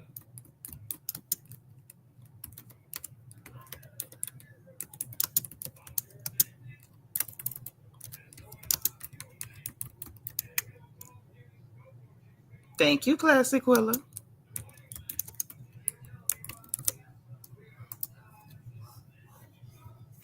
DT, listen, you ain't got to tell them. Since people think I'm joking, I'll do it. Because for me, being hospitable and pleasant and kind and warm and welcoming is important. And if we're not going to be that, then I'll do it. It's no problem for me. I was raised right, so I don't have a problem. But Elizabeth, please subscribe. Please come again. I am so, so, so happy that you're here. Please tell your friends to come over. Y'all are absolutely welcome here. Oh, hey, Tamika Godbowl. Thank you for saying welcome. Okay. Thank you, Rochelle. Okay. I see some more folks getting on board. Thank you. I appreciate it. Now we're into something. I seen a couple people leave too. That's the best thing. Because if you're not a pleasant person and you can't get with the program when it's time to welcome people who are kind enough to come hang out with us, then maybe you should go. Okay. Thank you. Hey, Evelyn O'Shea. All right. Thank you. Thank you. I appreciate that. Nice, nice. What a lovely welcome there for Elizabeth. Okay. So they're at the event. None of the ladies are dressed like men, including Ashley. Ashley walked in looking ridiculous with that stupid little wig glued down to her head and a mustache on. I don't know what she had going on. We saw her mama, her uncle Lump, and Lump wife came in, and it was whatever. That Kiearna tells them that her and Greg had a big fight this time or whatever, the biggest they've had in a while, I'm assuming. And basically they asked, well, was it because of her being on the show? Is that causing a problem? She said 1000% it is. He don't want her to, do her thing. Like her having the spa, I think he has a way in his mind to kind of like minimize that. Like that's not so great. But if she becomes a TV personality and then she parlays that into other businesses, his insecurities are going to be like shining through his bald spot. So I absolutely can see where he would have a problem with her being on that show. Amanda said again, her man is jealous. Like we said before, there are men that are jealous of women, and you have to be careful of them kind. They will hang close with you, try to put all kind of negative stuff in your ear to dissuade you from growing and glowing up and progressing. And when that don't stop, when that doesn't work and they're not able to stop you by planting seeds of doubt in your ear or negativity in your ear, then they start taking shots at you to try to play at your self-esteem. And when that don't work, some of them get violent, some of them just go to cheating, some of them will be smart and just leave. But like I'll keep telling y'all, when some people show you acts of aggression, respect that it's an act of aggression. Respect it because it's not a joke. But I digress. So they talk about that or whatever. He don't want them filming. um then Jazelle flat out asked Karen about, like, girl, we was worried about you. And Kiearna told us you was on the Zimpy. So Karen was like, yes, my family got the diabeticals and I'm pre-diabetical and I'm on the semaglutide. And they like, that's the same thing. That's the active ingredient in the Zimpy. So you's on the Zimpy, but people worrying about you and you on the Zimpy. So she was like, oh no, I'm fine. I'm 140 pounds. Like, Karen, your bones are poking out, ma'am. You got bony prominences all over your body. You're going to get a pressure sore from sitting in the car. Like, you are bony, ma'am. You need to do something. Okay, you too old to be doing that. You know what I'm saying? Once you get to, and that's not me calling her old, but Karen, this is not it, girl. You at the age where we got to be afraid of the shrivel. The shrivel even hit my mama. After you get a certain age, all the weight will fall off you anyway, and then you just dry up. My mama got the shrivel. My aunties, the shrivel hit them, ate them up. Them girls used to have big bodies. They was juicy. And the shrivel will come in and just. And so for her to be on the Zimpy when you that close to the shrivel, I don't know what Karen thinking, but whatever. So Jazelle, I like that Jazelle flat out asked her whatever. She say she was on it. It is what it is. So after that, Here come Jackie and Mia. That's when Jackie come walking in there, y'all, in a red body stocking that she got from the hair store. Now I want y'all to put a 3 in the chat if y'all have seen, in the hood hair stores, them body stockings that be over there with them cheap clothes and them flat net shoes. Okay? Let me know if y'all have seen the body stockings in the ghetto hair stores. Put a 3 in the chat. Elizabeth, thank you so much for the super chat. She says, just back from a trip in Egypt, I saw Eva Marcel in a shop in Cairo like 10 days ago. She looked deeply unhealthy. I wish all women health, wealth, and happiness in 2025. Well, thank you, girl, for the super chat. And I totally agree and concur with everything you said. And I'm sorry that Eva does not look healthy. I hope she gets better. I see the 3s. I see the 3s. So y'all seen them body stockings. Yes, Callie, they be $19.99. $19.99 is what they cost. That's right. Now there are some that are $23.99, but I think the one that Stacy had on was indeed one of them that was $19.99 that y'all see in the hood hair stores. Okay. She had on a red one. Okay. And her and Mia came walking in there. Mia had on, the best of Sheen, the black Sheen outfit. With the cutout, the peekaboo under the bosom area, and Jackie had on her red body stocking, and baby, it was deep. Too adorable. Thank you so much for the super chat. Thank you. I appreciate the love, honey. I do. Yes, old tacky Jackie with the body stocking. Amanda K, she says she got some tracks and an outfit on sale. Yes, girl. She did still have that stiff weave in. She did. That pack hair. Just observe and say, not the hair store body stockings. Yes. That when she went to go get that pack hair that she keep putting in her head, that real stiff, $29.99 on the buy one, get one free in the cardboard boxes that be up by the front. She reached right over there on one of them little plastic flat body forms and grabbed that body stocking. That's what she did. Thank you. That's exactly what she did. That's right. Thank you so much. DT say Lightfoot lesbians looking like titty cheese. Oh my God. They both looked a hot mess. They did. Wait, she said they both thought they looked hot. They looked a hot mess, hot garbage, hot dumpster juice. It was a mess. So when she came and sat down, Mia immediately spoke to Karen, and it was like, you speaking to Karen, girl, you must not know. So what it's giving me, right, that outre, that fusion hair, that ain't even all the way human. $14.99, the Barbie Trek hair. That's the one with the blue pack. It's like a square, but it's blue around the edge. Yeah. But look, I feel like the little comment that Ray made must have got repeated back. So Mia thought, I'm gonna repeat that to Karen, and I'm gonna try to embarrass Karen, baby. Nope. Karen was ready for you. She immediately told Jazelle, come here, let me talk to you. And I saw Mia looking uncomfortable the minute Karen told Jazelle, come here, let me talk to you. So they got up and they walked off. And Karen went to filling Jazelle in on everything what Ray had heard at the granddaddy meeting. Jazelle was like, oh, so she been lying the whole time. I'm finna go tell her about this right now. And so they did. They went right back and got right in her face with it.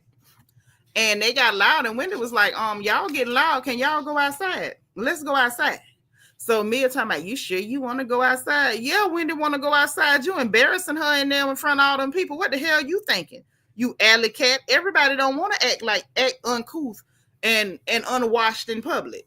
Ma'am, that's a you thing. That is not a them thing. That's a you thing, okay? So look, they get up, walk outside, they having to talk. So why they trying to talk? She up here yelling about a DUI and you sleeping with everybody who will show their PP to you. And so everybody was like, girl, you yelling that over Karen is not going to stop her from telling nothing. Karen was like, child, Mia can't hurt me saying that.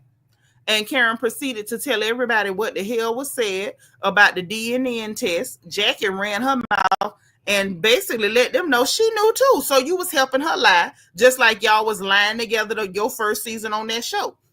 Just a liar, a disgusting liar.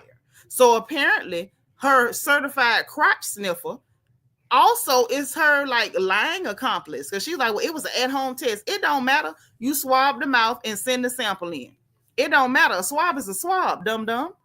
And you saw the result. She saw the results. She even told you about the results, but she got on camera and pretended she didn't know. It came out there wasn't no custody because y'all ain't had no hearing for that. Ain't no judge ordered that. And the fact that Karen told everybody that the man that had them babies 25 out of 30 days. And the fact that y'all divorce ain't even on track like that. Y'all almost on hold. She couldn't even defend it. Talking about y'all gonna take his word of mine. Girl, bye. You are a liar, ma'am. And you're caught. Okay? Saying they cursed Jackie out too when they found out she knew. Yes. Jazelle snuck shade in at Karen. She did. Talking about you that ain't no shade. We already know about the DUI. We already know about Karen doing her thing on the side. We don't know nothing. We know y'all keep saying that. And I will say this. Her saying it ain't no diss because we done heard that before. We heard it all before. We don't want to hear no more. Brandon say the girl standing around them in the bar enjoying the mess. Yep, I would have been too, child. I might have followed them outside and hung off in the cut somewhere so I could hear it up close. So finally they getting pissed about her lies. Yes. Oh, yes. Amanda K say, honestly, they probably mad because now Mia is making them look dumb on camera for believing her. Right, because that's what they saying. Like, girl, we up here worrying about you, praying for you and this and that, and you ain't doing nothing but lying? Girl. Yvette say, yep, Tacky Jackie looked more embarrassed than Mia, then started making excuses. And then after Mia got caught up in her mess, y'all, she had a whole nerve. She had the nerve to actually walk away. Well, y'all just talk about it without me. Why? Why would you do that? When it's time to talk about other people's business, you front and center. So why, when they talking about your business, you want to walk away, baby? She was embarrassed. She did not know Uncle G had put her on the spot like that. Now, I'm putting the StreamYard in the chat in case somebody got something to say. But, baby, when I tell you, this ain't nothing but a mess. This ain't nothing but a mess. Jackie standing up there in that stupid body stocking, baby, you didn't even get to wear that ugly, disgusting, cheap polyester debacle for long. You got there and immediately ended up out the door and embarrassed with Mia and her potholes. DT say Jackie looked so embarrassed her toes turned green. Not the toes. Yolanda say, I don't understand why Jacqueline, aka Coochie Snifferous, doesn't get tired line for Honiferous. Where you get these names from? Oh, I'm sorry. I gotta ask. Where do you get these names from?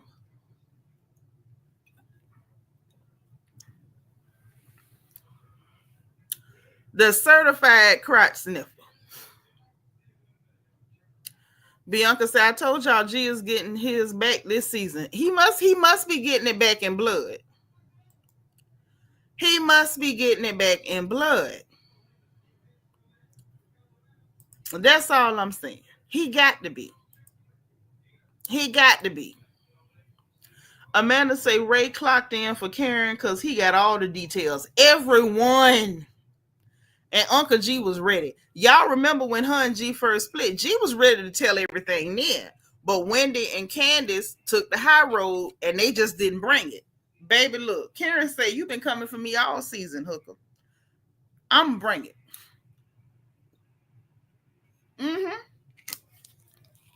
Not to mention the fact that the granddad is met up on camera. Girl, that was coming out anyway. This is crazy. G been wanting to tell his side. Yep, he's in his James Brown bag. The big payback. Oh, yes. Oh, yes. I don't know what's finna happen. What I can tell you is they look crazy right now. I'm gonna tell you that. And by they, I mean Jackie and Mia. They both look real crazy right now. I don't know what they can do to fix this, how they can remedy this, how they can come up with an excuse for why they were lying this long, pretending like, Oh, you still got to do a DNA test. You do not have to do no DNA test when you already know. You so crazy. What does a T-Rex eating pizza have to do with these women? DT, you acting up tonight. But yeah, so I don't know. To be honest, I don't know what's going to happen on the next episode. We didn't really get like a coming attractions for the next episode. Bianca say, I know they can. I know they how they can fix this. They can fix this by leaving the show. They can fix it by leaving. Wow. Kelly says, so at this point, did Mia and Incomplete break up already? I guess so. Well, in real time, but on the show, she was still messing with Incomplete. So many lies, and Mia doesn't remember half the lies she told. She don't. And I think it's because she make them up on the spot. I think some of them she planned to tell, and then other lies, like if you start asking her for details that she didn't already make up, she just throw something in there. So if you come back later and ask her, about something she said, that's why she's quick to say, oh, I never said that. She don't remember what she said at all. She don't remember. It never comes back to her mind because all she does is lie. One lie after the next lie, after the next lie, after the next lie. That's how it goes. Lord, Yvette. Yvette said, I thought Mia said ink was permanent. That's what she said. That's her tagline. And when the show came on tonight and I heard it, I was like, that didn't age well. DT say, no, they could fix it by donating to the Pastor Coochie Pop PhD ministry. Because I believe Pastor Coochie Pop is clean. Mia, on the other hand, Amanda say, when's your next hot topics? I want your view on the whole Snoop and Nelly. We talked about that earlier today. Yeah, you have to catch the earlier one that it was like a few hours ago. We already talked about that. LEL say, yeah, I think Mia and G go together again. I don't think they ever stopped. I think she was lying for that camera and Uncle G wasn't with it. Hey, Inel, thank you for being 93. So yeah, y'all, that's what happened in a nutshell. We did not get coming attractions for next week. Dr. Wendy is on Watch What Happens Live. So I will be kind of like keeping an eye open to see if we get any good clips from that, because as of now, we kind of up in the air and we don't know what's going to happen at the remainder of Ashley's weird event. We don't know how that's going to go. Hey, Taya. Say, Ray is the most valuable husband. Karen sent him for the tea. And mission accomplished. Yes, girl. Mission accomplished. Ray came back and gave it up. So look, if ain't nobody gonna hit the oh, Taya, what? I was like, I ain't got nobody to talk to. Hey, boo. Hello, how are you? Girl, I'm good. Fair to middling. So All now right, tell me I have what you. I have like opinions, girl. I have opinions. Let me tell you, I'm ready. Listen, I got my flask. Give it to me straight. Okay, so I'm gonna just go down the line. Let's start with first of all, I have to say I wrote it in the comments, but Ray is the most valuable husband. Like he brought it tonight. That the whole, I promise you, I believe Karen sent Ray for that meeting with Gordon because I she believe tired of Mia and she wanted some new tea. She needed some tea on Mia, and those are the previews we seen. He sent Ray to go get that tea, and he we went and all got believe it that. and brought and guarantee he brought it back hot. He did that. Listen, I don't disagree. One of our sisters earlier said the same thing, that she believed that Karen sent him, and all I say is he got the job done He understood the assignment. and did. But Between let me seeing him on let that me say DUI this. video and seeing what he did tonight, I'm like, That's what yep. I was about to say, Taya. See, me and you cousins, ain't we, for real? Because You were, I was about to mhm. say that. On the DUI video, Uncle Ray was like trying to like give her cues and nonverbal cues, like be quiet, Karen, I got it. He was trying to lie for her and everything. Uncle Ray is my guy. Nobody can Yeah, tell me you know, you otherwise. heard how he was leading her the story. He was like, "Yo, you was doing this, right?" You only Without had saying, 2 beers, mm-hmm, right? mm-hmm, mm-hmm. Remember, you only had 2 beers. Like, Uncle Ray is my dude. I love Yeah, Uncle Ray. listen, he gonna help me hide the body. He one of those. That's what you call to help you hide the body. And he gonna bring the shower curtain. Okay. Boom. What else, girl? Hmm. So what's her name? The newscaster girl. Oh gosh, she's so Stacy. Stacy. Okay, Stacy. I think her and TJ are good girlfriends, and they got like some type of agreement, so that way she ain't on the show without no man. I don't know, something about this whole storyline as far as her and him dating. It just feels staged.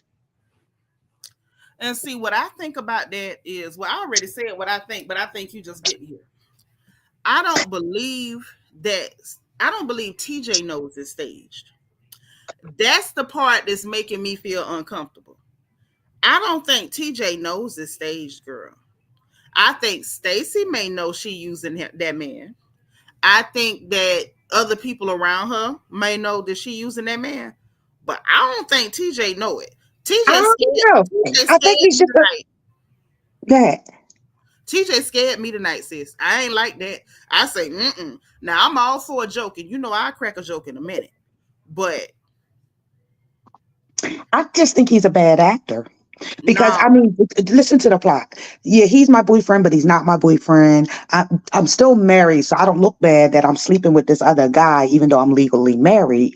So the girls can't come at me about having me a boyfriend and a husband at the same time.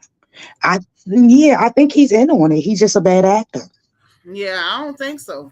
I'm gonna be honest with you. I don't think so at all. And I'm gonna tell you one reason in particular. One, number one, we already figured out in here. Stacy want her husband back. Okay. Now, whether you caught it or not, girl, we caught that. Stacy want that man back. She want that German back. Okay. Now I don't know how they ended up agreeing to go get a divorce or whatever. I think she might have agreed too quick or she might have spoke too soon. But Stacy want that man back. That's number one. The fact, just the way TJ keep responding to her, and it was even at that party, at Wendy's party, he didn't even realize that the camera was recording. He's Okay. expecting her to act a certain way with him, and it's like something in his brain ain't catching on. She not acting that way with you because she don't like you like that. Now, see, I thought she was like drifting from their agreement, and he was like giving her a gentle reminder of how they agreed to act on camera. No, I that felt like wasn't it was definitely a reminder. it. That girl, that wasn't no gentle reminder. Did you not hear that man? He say, "I'm warning you, warning you." Hmm. Listen, if you call that a gentle reminder, girl, that sounds like a punch in the jaw as a love tap. I was uncomfortable then, and I didn't know what I was feeling, but I'm like, this don't feel right. And then when I seen him tonight, I said, oh no. Stacy, whether y'all want to admit it or not, and I don't know why sisters do this, we have a hard time recognizing when a situation is dangerous. It's like we don't see danger, we court danger, we dance the funky watusi with danger. We just don't believe nothing can happen to us till it do. And then you can't people. I can't believe that happened. She was such a sweet person, but she was also a very stupid person. So what you say? She about to have a Netflix special? A lifetime movie or something. Because I watched that man tonight. Okay, I worked in prisons a long time, sugar. I can spot a con. Okay. That man right there was emotionally fragile. That's that look right before something go real wrong. She listening to what he's saying, talking about he'll wait for me. You overconfident, baby. When he was talking to her, he wasn't trying to crack. His eyes turned red first. I say, So we both agree that it ain't what was being portrayed to us. Stacy is playing with that man's feelings. She trying to keep him on the hook in case she can't get her husband back. She Mhm. want that husband. Listen to how she even talk about that man. I know my husband. This and that. Okay, girl. You know him so good that you can't get him back yet. And you playing with this boy over here because he real simple. He a certain type of way. He a strange little bird. So you playing with him, making him think is one thing. She kind of doing what men do to women sometimes, breadcrumbing. Like we ain't gonna Hmm. say no name, but I'ma act with you like I want that type of relationship with you. It's like a man won't give you the title of girlfriend, but he expect you to be loyal, and that's what she doing to him. He You wants you my to act like a wife without being a wife. yeah, or the men who want you to act like you're loyal to them without them being loyal to you. It's kind of Hmm. like, a man won't give you a title, but he'll say who you on the phone with, who you texting. And a lot of women get them signals mixed up, like, oh, he do care about me, he jealous because look how he acting, whatever. But what they doing is manipulating you. And while I'm not really against women manipulating men, I mean, they don't, most of them deserve it because most of them be lying like they breathe anyway. But it's every now and then you run across somebody who emotionally is fragile and they can't take that stuff. And I'm sorry, but I caught a glimpse of that tonight. I wasn't comfortable. So if she All gets my another red season, flags. her storyline gonna be he stalking her. Um, the problem is it might not be a storyline. It might end up being what it really is. Because I watched that man, it was like he was watching her trying to see how she felt. And without her saying it, she said what she said in a confessional. But he was reading her to try to respond to what he thought she was feeling. And when he did that and he's holding her hand and I'm still here for you, I got your back, you're not gonna go through it alone. Before he broke down and started crying, girl, go back and look at the footage. His eyes turned red before he ever broke down and like cried. I Before mean, at oh, Wendy's party, he was whining because she wasn't up under him too. that's what I'm trying to tell you. And he didn't know they was being filmed. We saw that on the playback from production. He didn't just whine. He was just like, I've been by myself for 4 hours. All right, I'm warning you. Hey, he Mhm. feeling some type of way because she making him feel like that, and then turn right around and then she pulling back because she in her mind she not even pulling back, she just don't feel like that about him. That's what happens when one person is feeling away and the other person don't feel like that about you. Stacy need to tell that man the truth. You don't feel like that about him. You want your Mhm. husband back, and you need to tell the truth. Because while TJ is a weird little bird, and I know he liked Jesus, and I like that he liked Jesus and everything, that's still a man. He's still bigger than you. He's still stronger than you, and you could still end up on headline news. Like, no, ma'am, I ain't. I'm just being honest. I didn't like what I saw tonight. Stacy need to leave that man alone. And he looked like he could be crafty too. He I looks don't know like he could about be no crafty. crafty. I ain't see crafty. I seen unstable. That's what I'm saying. Where you're saying he seems like he can lose it. Like he could. Start it like you say, you see, if she go to let him down, he might be a little stalkerish, and he gonna be one of them crafty stalkers. Oh no. See that all that's scary. Cause I seen TJ. TJ looked like he work out and he got big shoulders and everything. He got that Urkel the nerd vibe, but he also got that, he could flip out and be talking to his food and hearing his food talk back to him vibe too. Something about tonight made me uncomfortable. I need her to tell that man the truth. She need to tell him I don't like you like that and move on. Because And I have an unpopular opinion about what's her name, Kiana. That's give her it name. to me. Cause she done got on Okay. my nerves a little bit with this man. Okay. Okay. So here's what I think happened. I Mhm. feel like we didn't like the Sesame Street character last season, and we didn't like how that all played out. So we was like all Team Kiana. So I think they brought her in this season.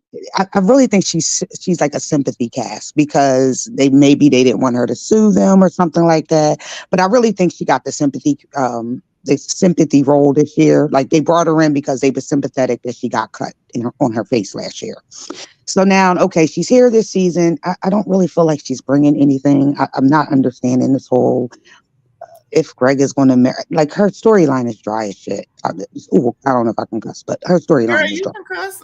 Just because I ain't doing it don't mean you can't. Yeah, I'm over it, and I don't know whose side or whose team yeah, I'm over her. I don't, I wouldn't be upset if she didn't come back next season. I'm, I like Kiearna. I like Kiearna from the beginning. Before before George Foreman's daughter hit her with the glass and all of that. I like Kiearna. What I did not, what I don't like now is this dynamic between her and Greg. I don't like it. I don't like it one bit, and I don't like it for a lot of reasons. For a lot of reasons. One, because I feel like there's a hole in her armor, and it's glaring. There's some kind of insecurity there, and I'm not sure why.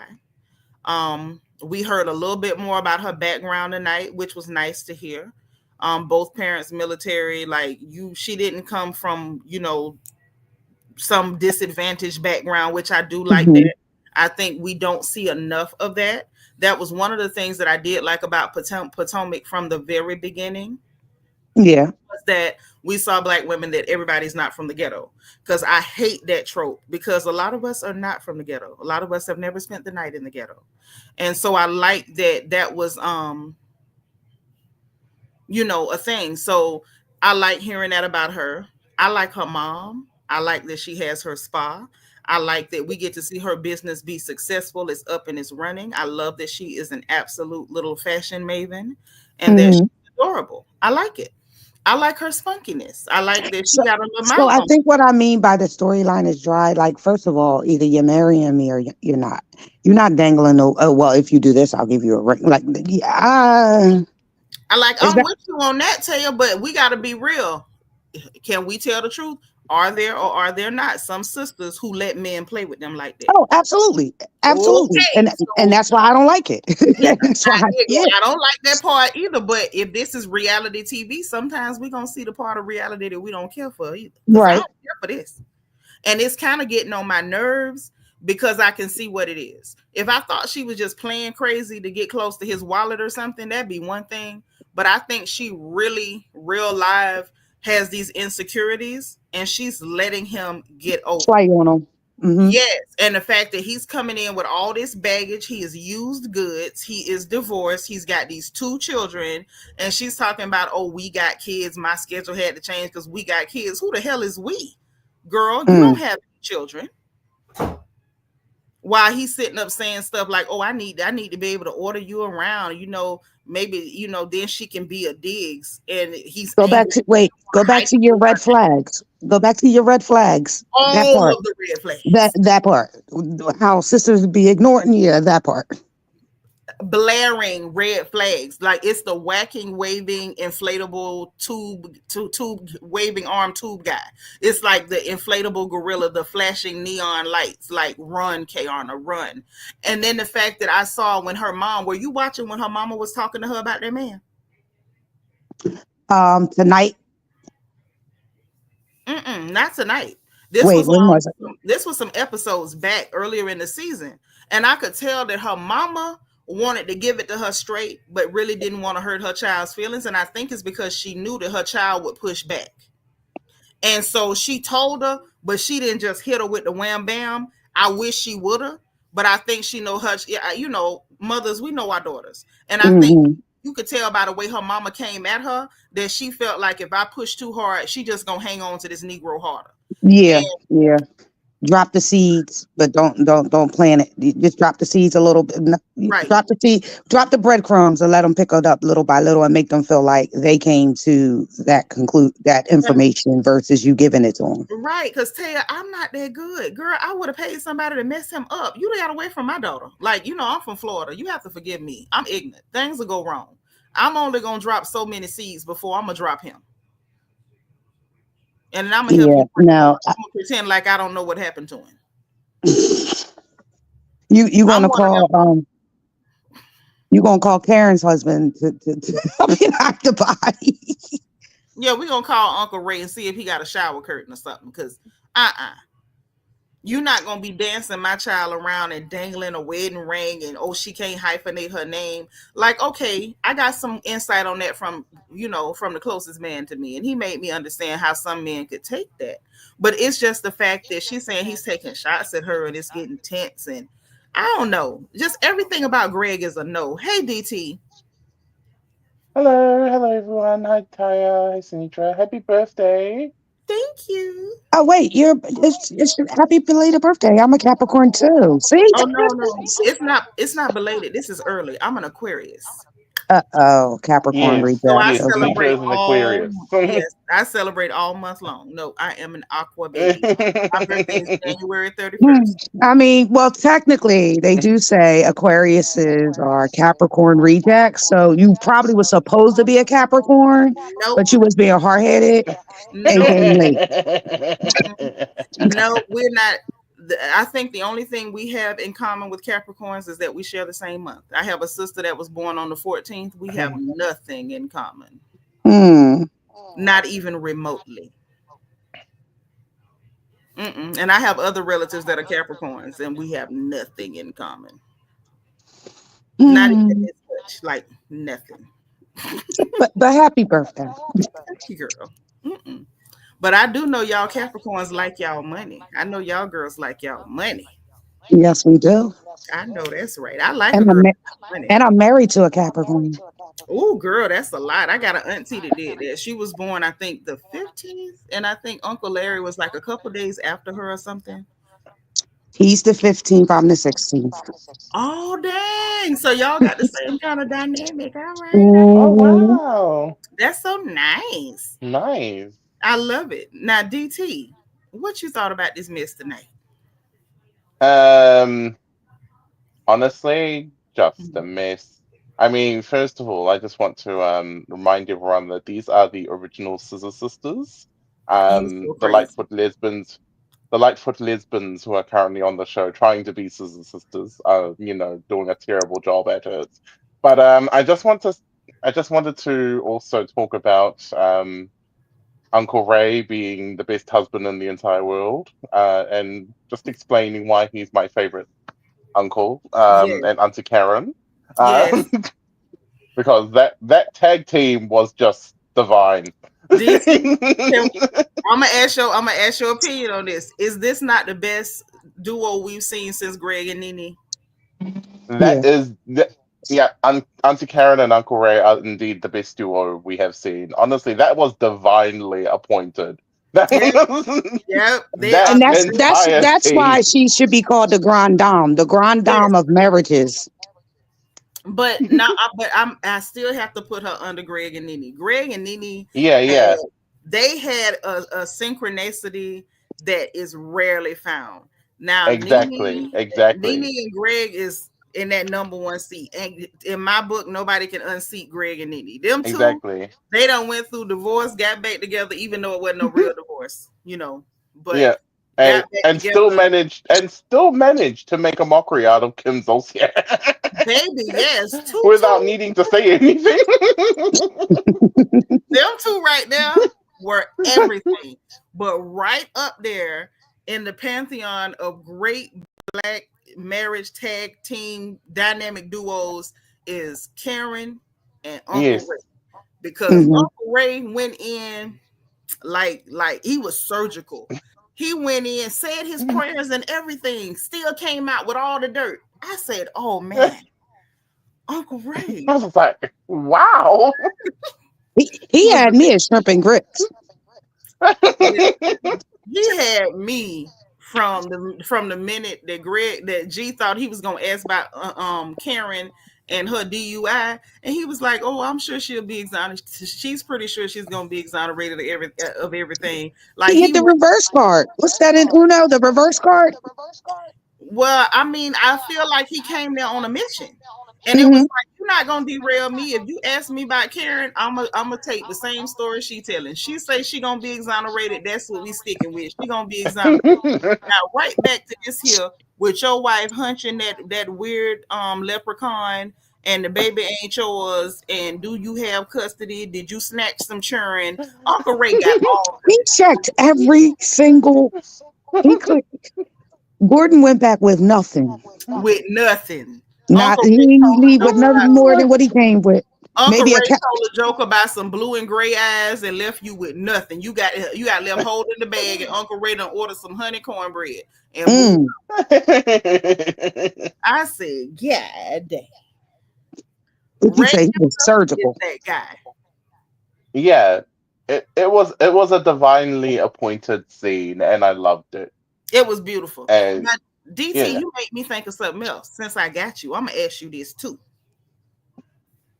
Now you say that Mia, the Sasquatch, and her certified yes, crotch sniffer is trying to give you, Scissor Sisters rebooted, right? yes, Is it possible? I'm just asking. Is it possible that Ashley saw that and said that no, she gonna snag Jacqueline and they're gonna give the Scissor Sister thing? Or is that why Mia got so upset last episode because Ashley is trying to steal her partner so that they can try to take the place that Jazelle and Robert once held? Or yeah. You know what? That's a plausible answer because I just don't understand what's going on. It's just like what? It's Why giving are we attention having horse. yeah, it's like, why are we having a rebirth of the Scissor Sisters? We don't need another Scissor Sisters duo. We've yeah. already got the OG in the form of Giselle and Robin. Like, we don't need another one. But since Robert is gone, you know what I'm saying? That is, And mm-hmm, Giselle and them played into that. Oh, we sharing a bedroom, all yes, this and that. They played into it yeah, because they knew it was something that the audience talked about.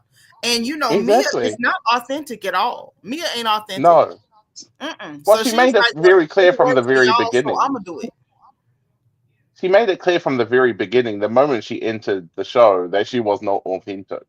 I mean, the fact that you had to go do surgery on Coochie just makes it, Yeah, that was nasty. We did not just need to go solidifies through that. it. Yeah, but this was the thing though. She was not authentic. So I think she's like, well, Robert is gone. Me and Jacqueline, we're gonna play this role now. We're gonna pretend like we're messing around.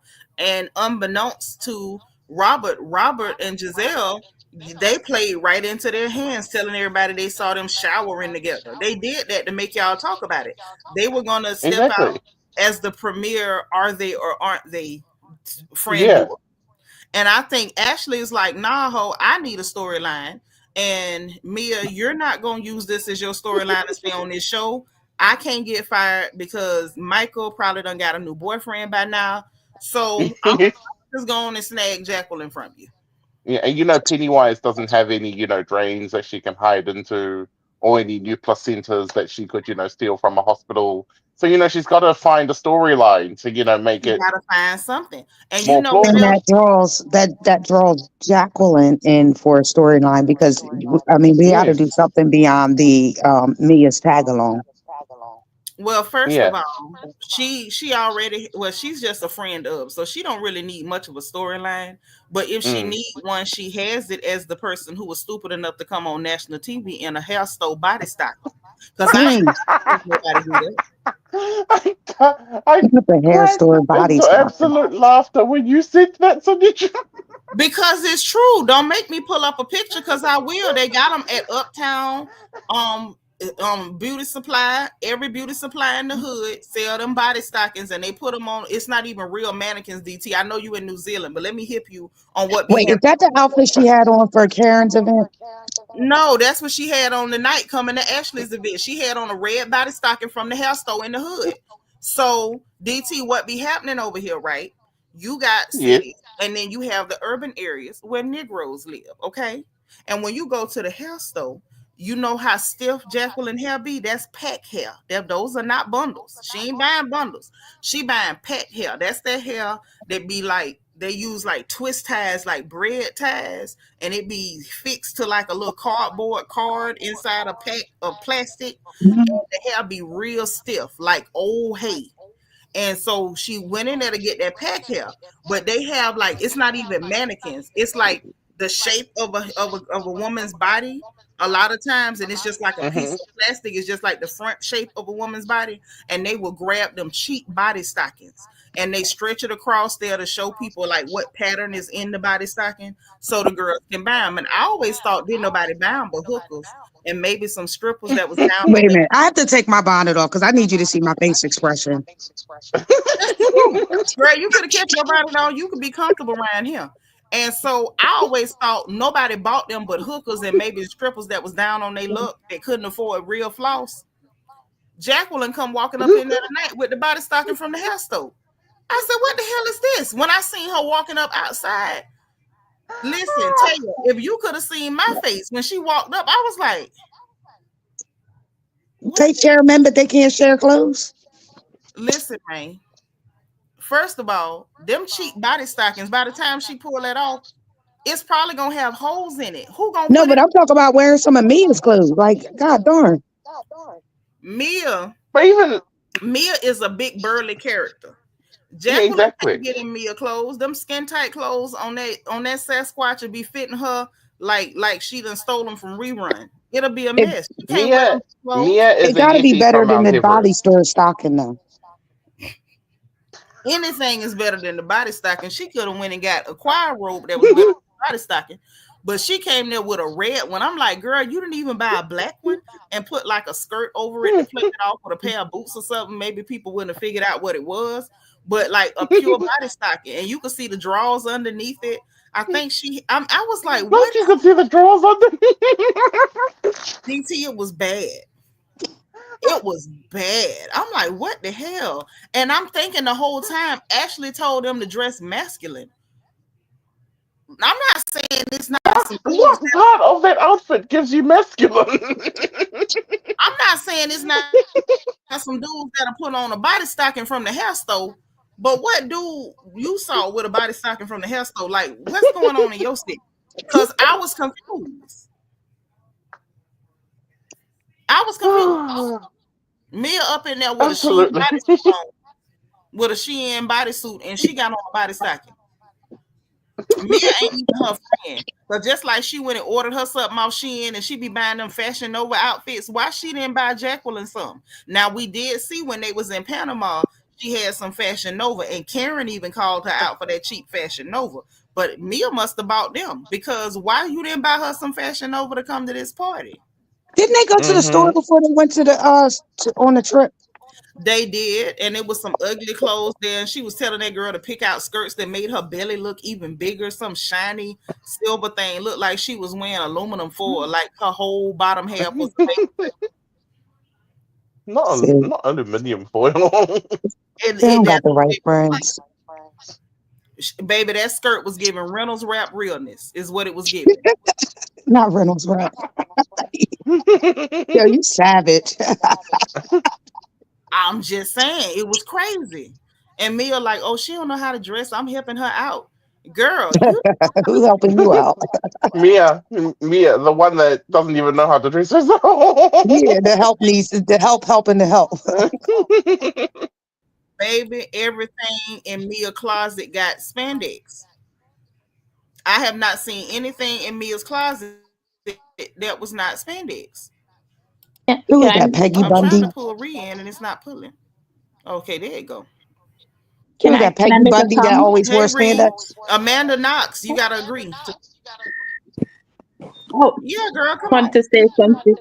I just want to say something, real quick. But would you really want to wear Mia's Come on. outfits, especially when she smells like old seafood broil down there? Like that's just a violation of Listen, all things that are sanctuary. You don't want to do that. yeah, and somebody No, gotta because bend the over last and thing I sniff want to Well, you be they and already wearing is share a cat. shower. Well, I was They just about to already say sharing a I wouldn't. shower. What? True. They probably share a bed too, and they probably share well, they have shared a bed, but probably I'm skin. with Ree on this one, DT. If you have to bend over and sniff your friend, you probably don't want to wear their clothes. Probably. Yeah, Amanda, hey I girl, wouldn't. say something, Amanda. Hey, can Hey, you hear me? yes, girl, Okay. No, all I wanted to say is Ray was the MVP of this whole episode. and was. And then as far as Mia goes, I'm tired of her storyline because everything's fake. And Stacy, I know you say, Stacy knows what she's doing, but I don't know. I kind of feel like he's in on it as well. Mm, I already know your feelings yeah, about it. Mm-mm. Like Amanda, like be for real, sis. You don't think Stacy's in no danger dealing with this psycho? I mean, Because he's I'm an kind of actor.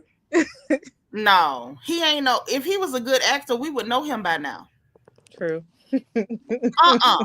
This is giving he gonna end up with a DC number. Like I don't. Oh Lord.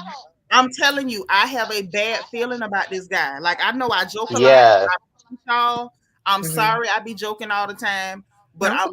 I promise you, I'm so serious right now. That man, yeah, he's and I not acting. like right up But until today. but I did say I don't think he's a good actor. But the thing is, what I saw tonight wasn't no acting, and it made me uncomfortable. Up until the night, I like TJ because y'all know me. You know I'm kind of biased. You say you like Yeah. Jesus, I automatically kind of like you because Jesus is my guy. Hmm. But But tonight, see, in the field that you said you work in, it sounds like you have uh an insight that others like myself don't have.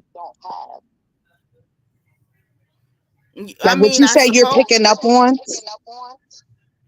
yep. I have a Yeah, question. his Do y'all he, think? his. Go Oh, ahead, sorry, Amanda. Amanda. Do y'all think that Stacy, when she was in the room with the divorce attorney, if she's wanting to get back with her husband and she's trying to make him seem like a good guy? Yes, that's what we were saying earlier, sis. She want that Okay. man back. That's why she's saying the stuff she's Yes. saying. It's all these compliments. Oh, I know him. He would never. He's so wonderful. She want that man back.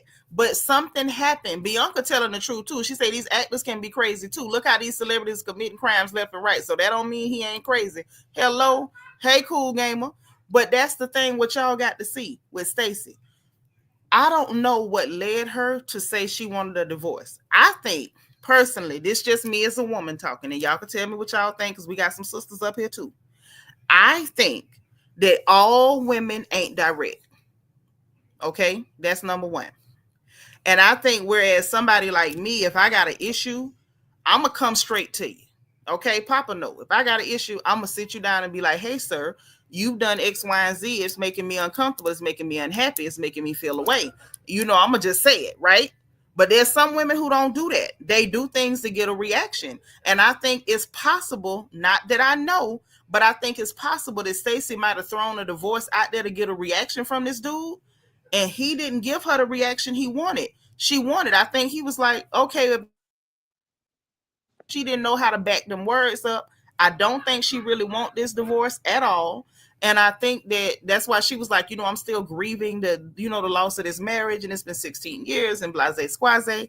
I get grieving the loss of a marriage. Like I've never grieved over that, but I get that some women do. But I don't think this is as simple as her grieving over the loss of a marriage. I think she's having anxiety because I don't think Stacy meant for this to go that far. I don't. I don't. I think she Do want her we husband back.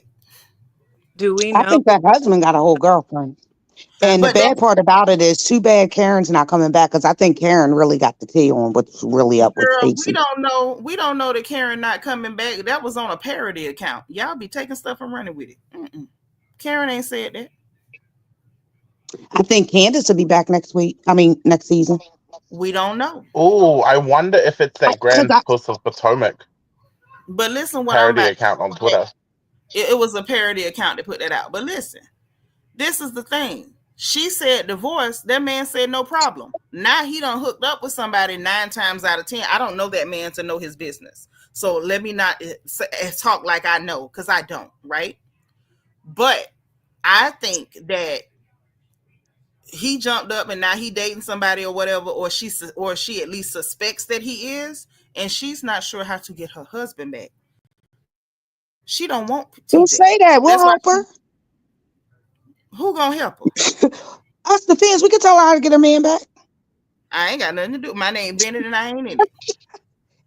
I didn't put her with I'll, her I'll man. go search up. I ain't No, told I'll her to go leave search her up. man, and I ain't getting involved with her catching her man back.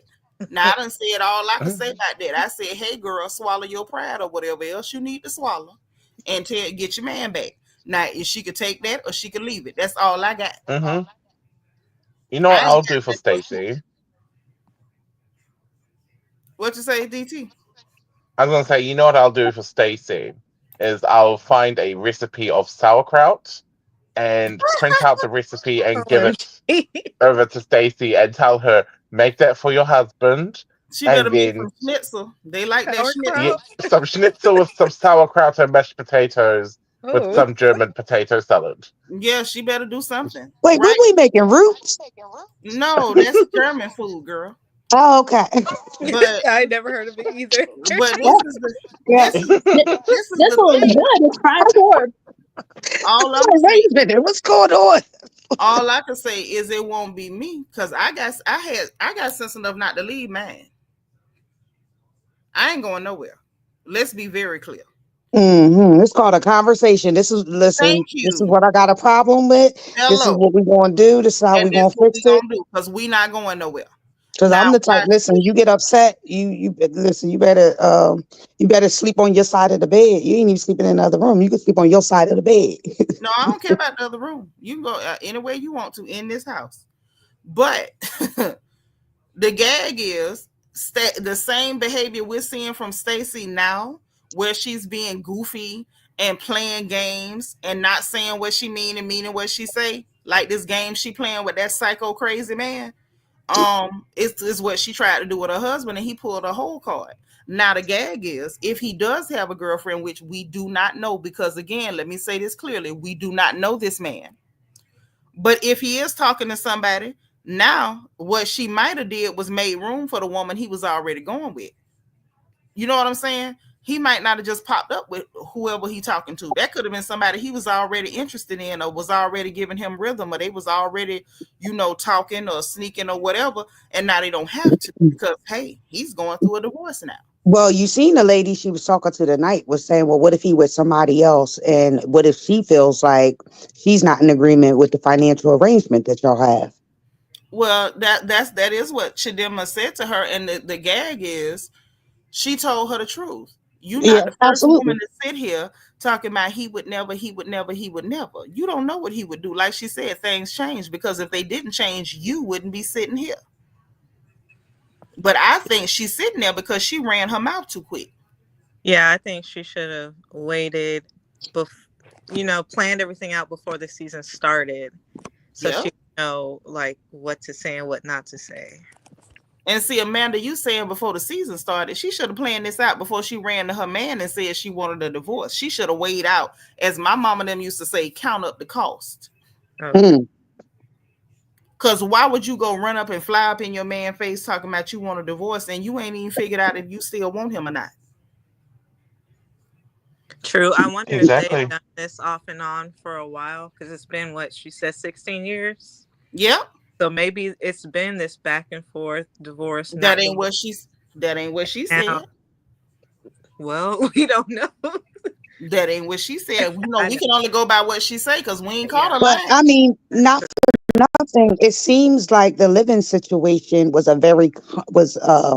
whatever the living situation is, like where he stays 1 week, she stay. I kind of feel like they already had that going on during their marriage before they was even talking divorce. But the thing is, them people not staying in the same house every night don't mean nothing. Shirley Ralph ain't lived in the same house with her husband since they've been together. So that don't mean nothing. The fact Yeah, but they also ain't playing with the divorce word either. Maybe it's because there's a daughter but, involved. but this is the problem. These people ain't playing. She said it and that man took her at her word and now they going with it. Now they going with it. And then having a kid involved is even more serious. All I could say, she should have counted up the costs. Cause she clearly want her husband. She clearly want her husband. I don't know if she gonna get him back, but she sure want him. Now I know that. Now if she want him, I want him for her. Let me be clear. I don't believe in nobody busting up no marriages. If you want to be there, I want you to be there. Okay. And You if better you're look saying at your they have man, put girl. pictures together, then obviously they're still cordial with each other. Like, why would y'all be posting pictures together? I don't know. Hmm. I And don't know. girl, Who, not just Stacy's posting posting. pictures with her husband? Yes, that's what I told you. That was around Christmas time. They posted a picture talking about the Rooshes. Yeah, I didn't realize that till I you. say, oh, the Rooshes. The Rooshes? I say, yeah, Stacy want her man. Oh, now see, I got confused. I thought you was talking about Mia because Mia. Because me and No, be we lying. we're not we're not no we're not talking about Sasquatch. No. I'm talking about with the picture. I thought we was We're not yeah. talking about Sasquatch because she'll post pictures with her elderly victim, and then she'll post pictures with Magically Delicious. We don't know what she doing. And where is his kids? Because I really feel like unless Gordon is in on it, I feel like she's like exploiting him. And I thought he had older kids or something. Gordon has other Um, kids, but his baby mama's probably smart enough to you know mean not his to let her ex-wife? kids, or yes, ex-wife is smart Mhm. enough to know not to let her kids on the show. Yeah, Whereas Mia them doesn't people don't want care. nothing to do with Gordon and like that. For all we know, they might not even talk to Gordon because they don't even mention them children. And then Mia don't care. She'll do whatever to be on the show. Anything, anything. Because you got to look at it, she don't have no skills. If she can't be on the show and Gordon family done, push them out of the business, what they gonna do for food? And Mia can't be trusted with a food stamp card. She'll sell all them children stamps and buy some more Fashion Nova. Hmm. Mm-hmm. She'll be That's back. selling the stands for Fashion Nova. Where they do that? It's the truth. They'll find. Girl, in the hood every day, they be selling their stamps. You Yeah, don't know? I heard they be selling them for like half the price and stuff. Like you really Listen, get money and let me tell you when something, and food I is and more. I will buy them too. Yeah, but I I'm thought saying they do that for crab food legs. is I didn't know more they do that for Fashion expensive. Nova. Yeah, No, food is ma'am, more you don't have to expensive. listen. You don't have to sell your stamps for crab legs. They take the stamps and just buy the crab legs, girl. When they be paying phone bills and buying bundles and buying outfits, they sell them stamps. Yep. And they don't realize food costs more, and then they're gonna be what at the end of the month with no food because they wanted They some. don't care, girl. They gonna go get them a dope boy to put some groceries in the house. That's crazy. That's how that go. All that free food and just giving it away, It basically. still be free. That's why they get an outfit and get their hair done so they can go shake their behind. Somebody that make fast money, and he Like gonna get Mia. them. And they gonna right, and the dope boy gonna find them a crackhead or a jug, as we call them in Florida, to go steal them plenty of groceries and meat for their freezer and everything. And he gonna pay their $12 Section 8 rent for the whole year, Oh my and god. then they gonna be balling. Oh. Oh, hood rich. Hood rich, Yeah, right? there you go. And Mia come from the bottom. She'll be all right, but them kids won't. Gordon Mm-mm. too old to be trying to raise them kids by himself. She was Hey, smart I'm that and girl. dumb because she got a man that was married, and now look at her situation. I mean, He she don't have don't. no money anymore. She's the one working. There you go.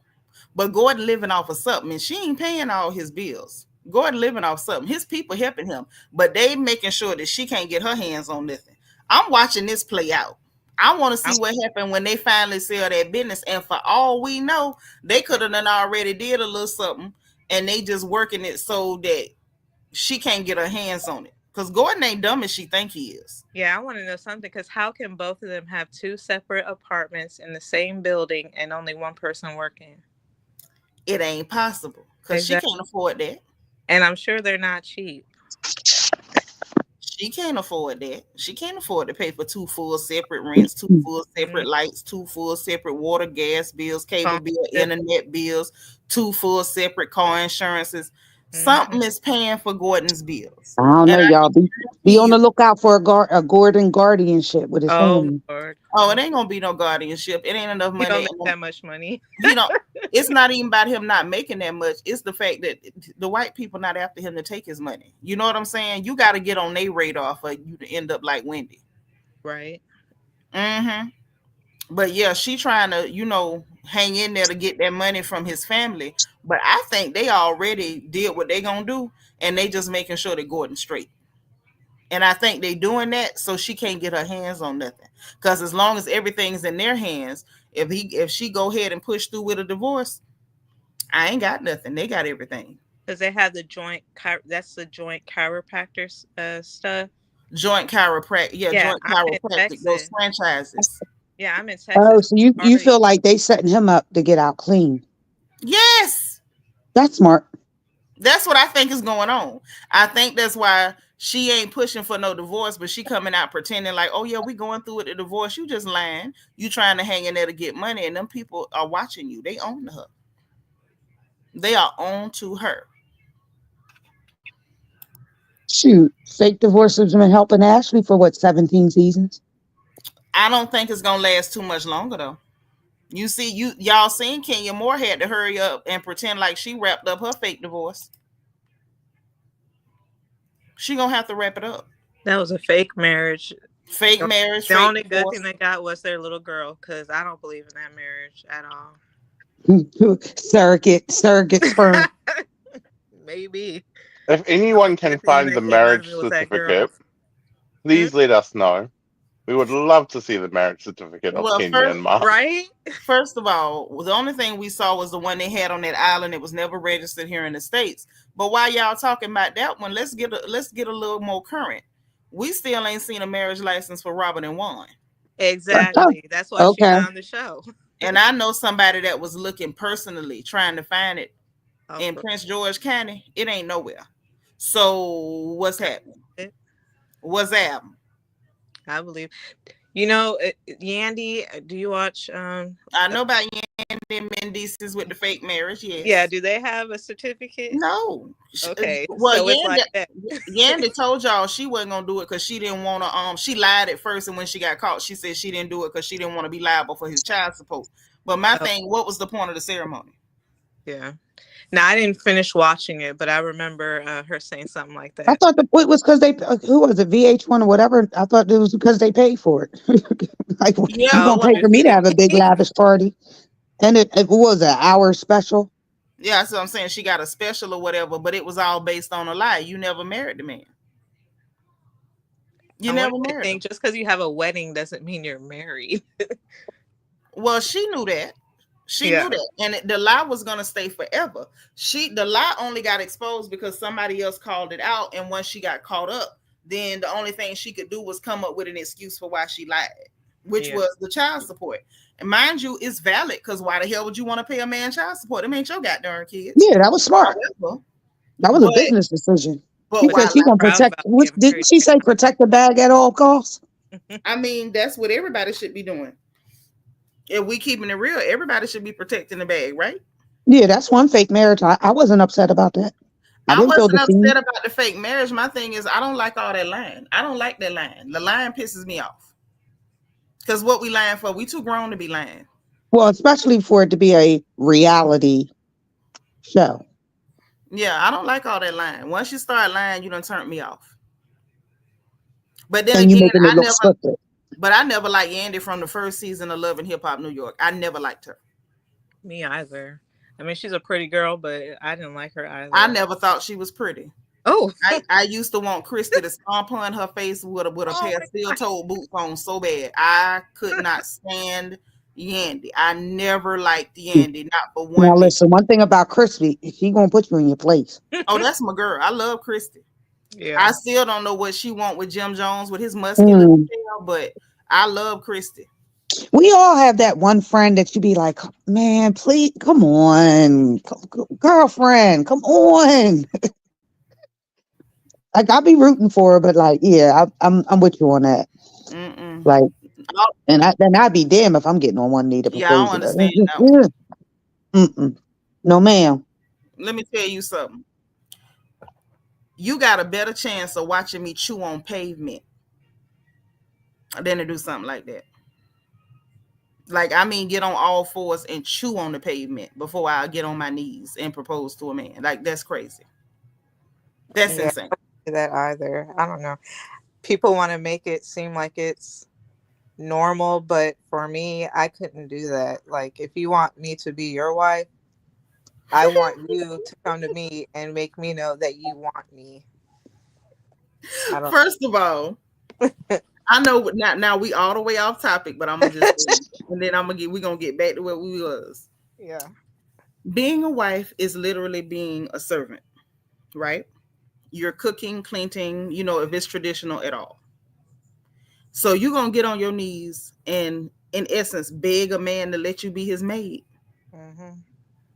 So I have a question. So does that mean when you do that, right? When you propose to the man, does that mean he take your last name? Like, how does that work? Do you hold the door open for him? How does that work? May as And then well. as a man, and then here's the other I part, don't right? even know. As a man, if your woman proposes to you, like, Now you you got know, to put like, your You feet be in the air. mine. Yeah, I Now want you you to got to be yeah, mine. put your now you got to put your feet in the air. Hmm. yeah, how does that work? You heard what I said. That's how And it I works. don't Now want you no got to man that put would be your feet cool in with the air. that. I don't know Oh, none I'm either. sorry. I should say I wouldn't want a man that would be cool with that. Hey. I have enough Knoxes in my family. I don't need another one. First of See, I all, think the problem is, I get everything is not as traditional as it used to be, and that's great. Maybe we messed up when we started letting men in the delivery room or making them come to the baby showers and somewhere. I never like men at a baby shower. I will not attend a baby shower where men come. I I won't. If actually if liked it men when are attending, I'm not coming. I liked it when my kid, like the father was in the room when they express their feelings when they hear the heartbeat. Now, there's a difference between a baby shower, Yeah, like but being around when your child shows up, that's one thing. A baby yeah, shower, I think that's completely inappropriate. I'm yeah, not new. I'm old. I they just can look go like drink this. and be like, "Oh, you have a new kid," but we're doing the whole I'm baby. saying from like the gender perspective of like women proposing to men. No, I'm Right. being funny on that tip to say is that where it got confused? Where women feel like No, it there's some got women. confused because women still want to be wives and men don't want to be husbands. So these women let their desperation take them over and they get on their knees and propose to men. It's like, well, if he won't do it, I'll do it. No, if he won't do it, find a man who will. Don't you Okay. become a man. Don't you start trying to grow a pair of hairy boys because he don't have a pair. and I bet you the man is less accomplished than the woman. That's oh, Naturally, naturally, you're getting a wife. You're getting a man wife. Now, and I'll tell you Why do this. you Now that's one topic. I ain't leaving no breadcrumbs for my daughter. I'm a snatch her ball. What are you doing? Who yeah. raised you? uh-uh. Get the Yeah. F out. I ain't I dropping no just breadcrumbs on that. I just think it's weird and creepy for ladies to go get man wives, but it's 2025. I guess if you want a man wife, get you a man wife. I don't know why you'd want a man wife. I don't, but You you can't know. afford daycare. Yeah, no. I Nobody a know. man wife? I know. That just don't sound like it's a It good does. idea. Yeah, I know. Mm-mm. No. But to each their own. We got all kind of weird stuff going on. So if please don't let me discourage you if you're listening and you're somebody who wants a man wife, you want a hairy wife, go get you one. I'm not gonna stop you. Go for it. But back to Mia and her mess. What did y'all think about her getting mad and storming off because they were, putting her on Front Street? Because She I always was does that. She does that when It she ain't gets no caught in a lie and can't explain it, so she goes off. And then Jacqueline's sitting there trying to explain it for her, and then she's sitting there looking stupid. Like, that's typical Mia, because she can't explain herself. I ain't never seen her kind of do it like that though. I was like, oh girl. But if we being real, we ain't never seen her caught up this bad either. Well, I think she really thought it was like her season. Like she was the belle of the ball this season. Maybe she listened to Carlos or something and it went to her head and she really thought she was, like she shouldn't have first chair at the reunion because I'm sorry, it was dull. Right. But I think I think she wasn't prepared to be called out the way she's been called out. Mm-hmm. And like you said earlier, she lies so much she can't keep track of her lies. So she keep forgetting what she lied about. And then it's like, oh, wait a minute. I thought you said this was going on. Mm. And then she has like this standoffish, like, how dare you remember my lie? Like, so it's our fault that we remembering your lie. Like, Wait. Say it again, sis. How she do it? how dare you call me out on, how dare you remember my lie? Like, That's exactly how she acts. Oh my god. Did y'all hear Oh the part man. when they were all at the table before they went outside and Jacqueline was like, "Why do you guys always talk about Mia whenever we get together?" And Giselle was like, "Because she's always saying something."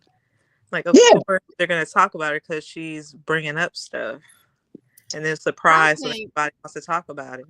I think Mia and Jacqueline don't really get how this works. If you want to be, as Taya says, the belle of the ball, right? You want to be the cat's meow, the cat's pajamas. You want to be the girl in the center of everybody's stories. That means everybody's going to talk to you. Yeah. You can't say that I'm the centerpiece, but nobody can question me. Nobody can talk to me about anything that I'm putting out there as my storyline. It's almost like she thought she could make up these fantastical stories and everybody was going to be impressed by it, but nobody was going to question it. Yeah. She need a PR person or something, because like I don't think they've really laid this out properly. I don't think the Fashion Nova girls can afford PR. Well, maybe they could have talked to Fashion Nova's PR. But she don't have a sponsorship. She don't have a brand ambassadorship with Fashion Nova. She's not one of their girls like that. Because if you go on her social media, they don't have her doing outfits or nothing. Marlo even had a brand deal with Fashion Nova, but she don't. Because Marlo know how to put them together. But this is what I'm saying.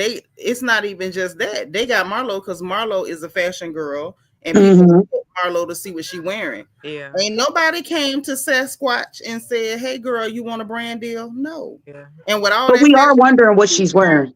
And with all that fashion Nova she's wearing, she definitely campaigning for a brand deal, but they ain't called the girl. They not calling. And definitely not Jacqueline. Girl, who the hell gonna give her the brand deal? The hair store? Walmart. No, the hair store. She had on the hair store body stocking. Who is gonna give her the brand deal? Jenny's. And you saying hair store? It sounds like you're talking about what we have out here as like a bodega, where the little corner store that sells everything, including hair. No corner store. It's the hair store.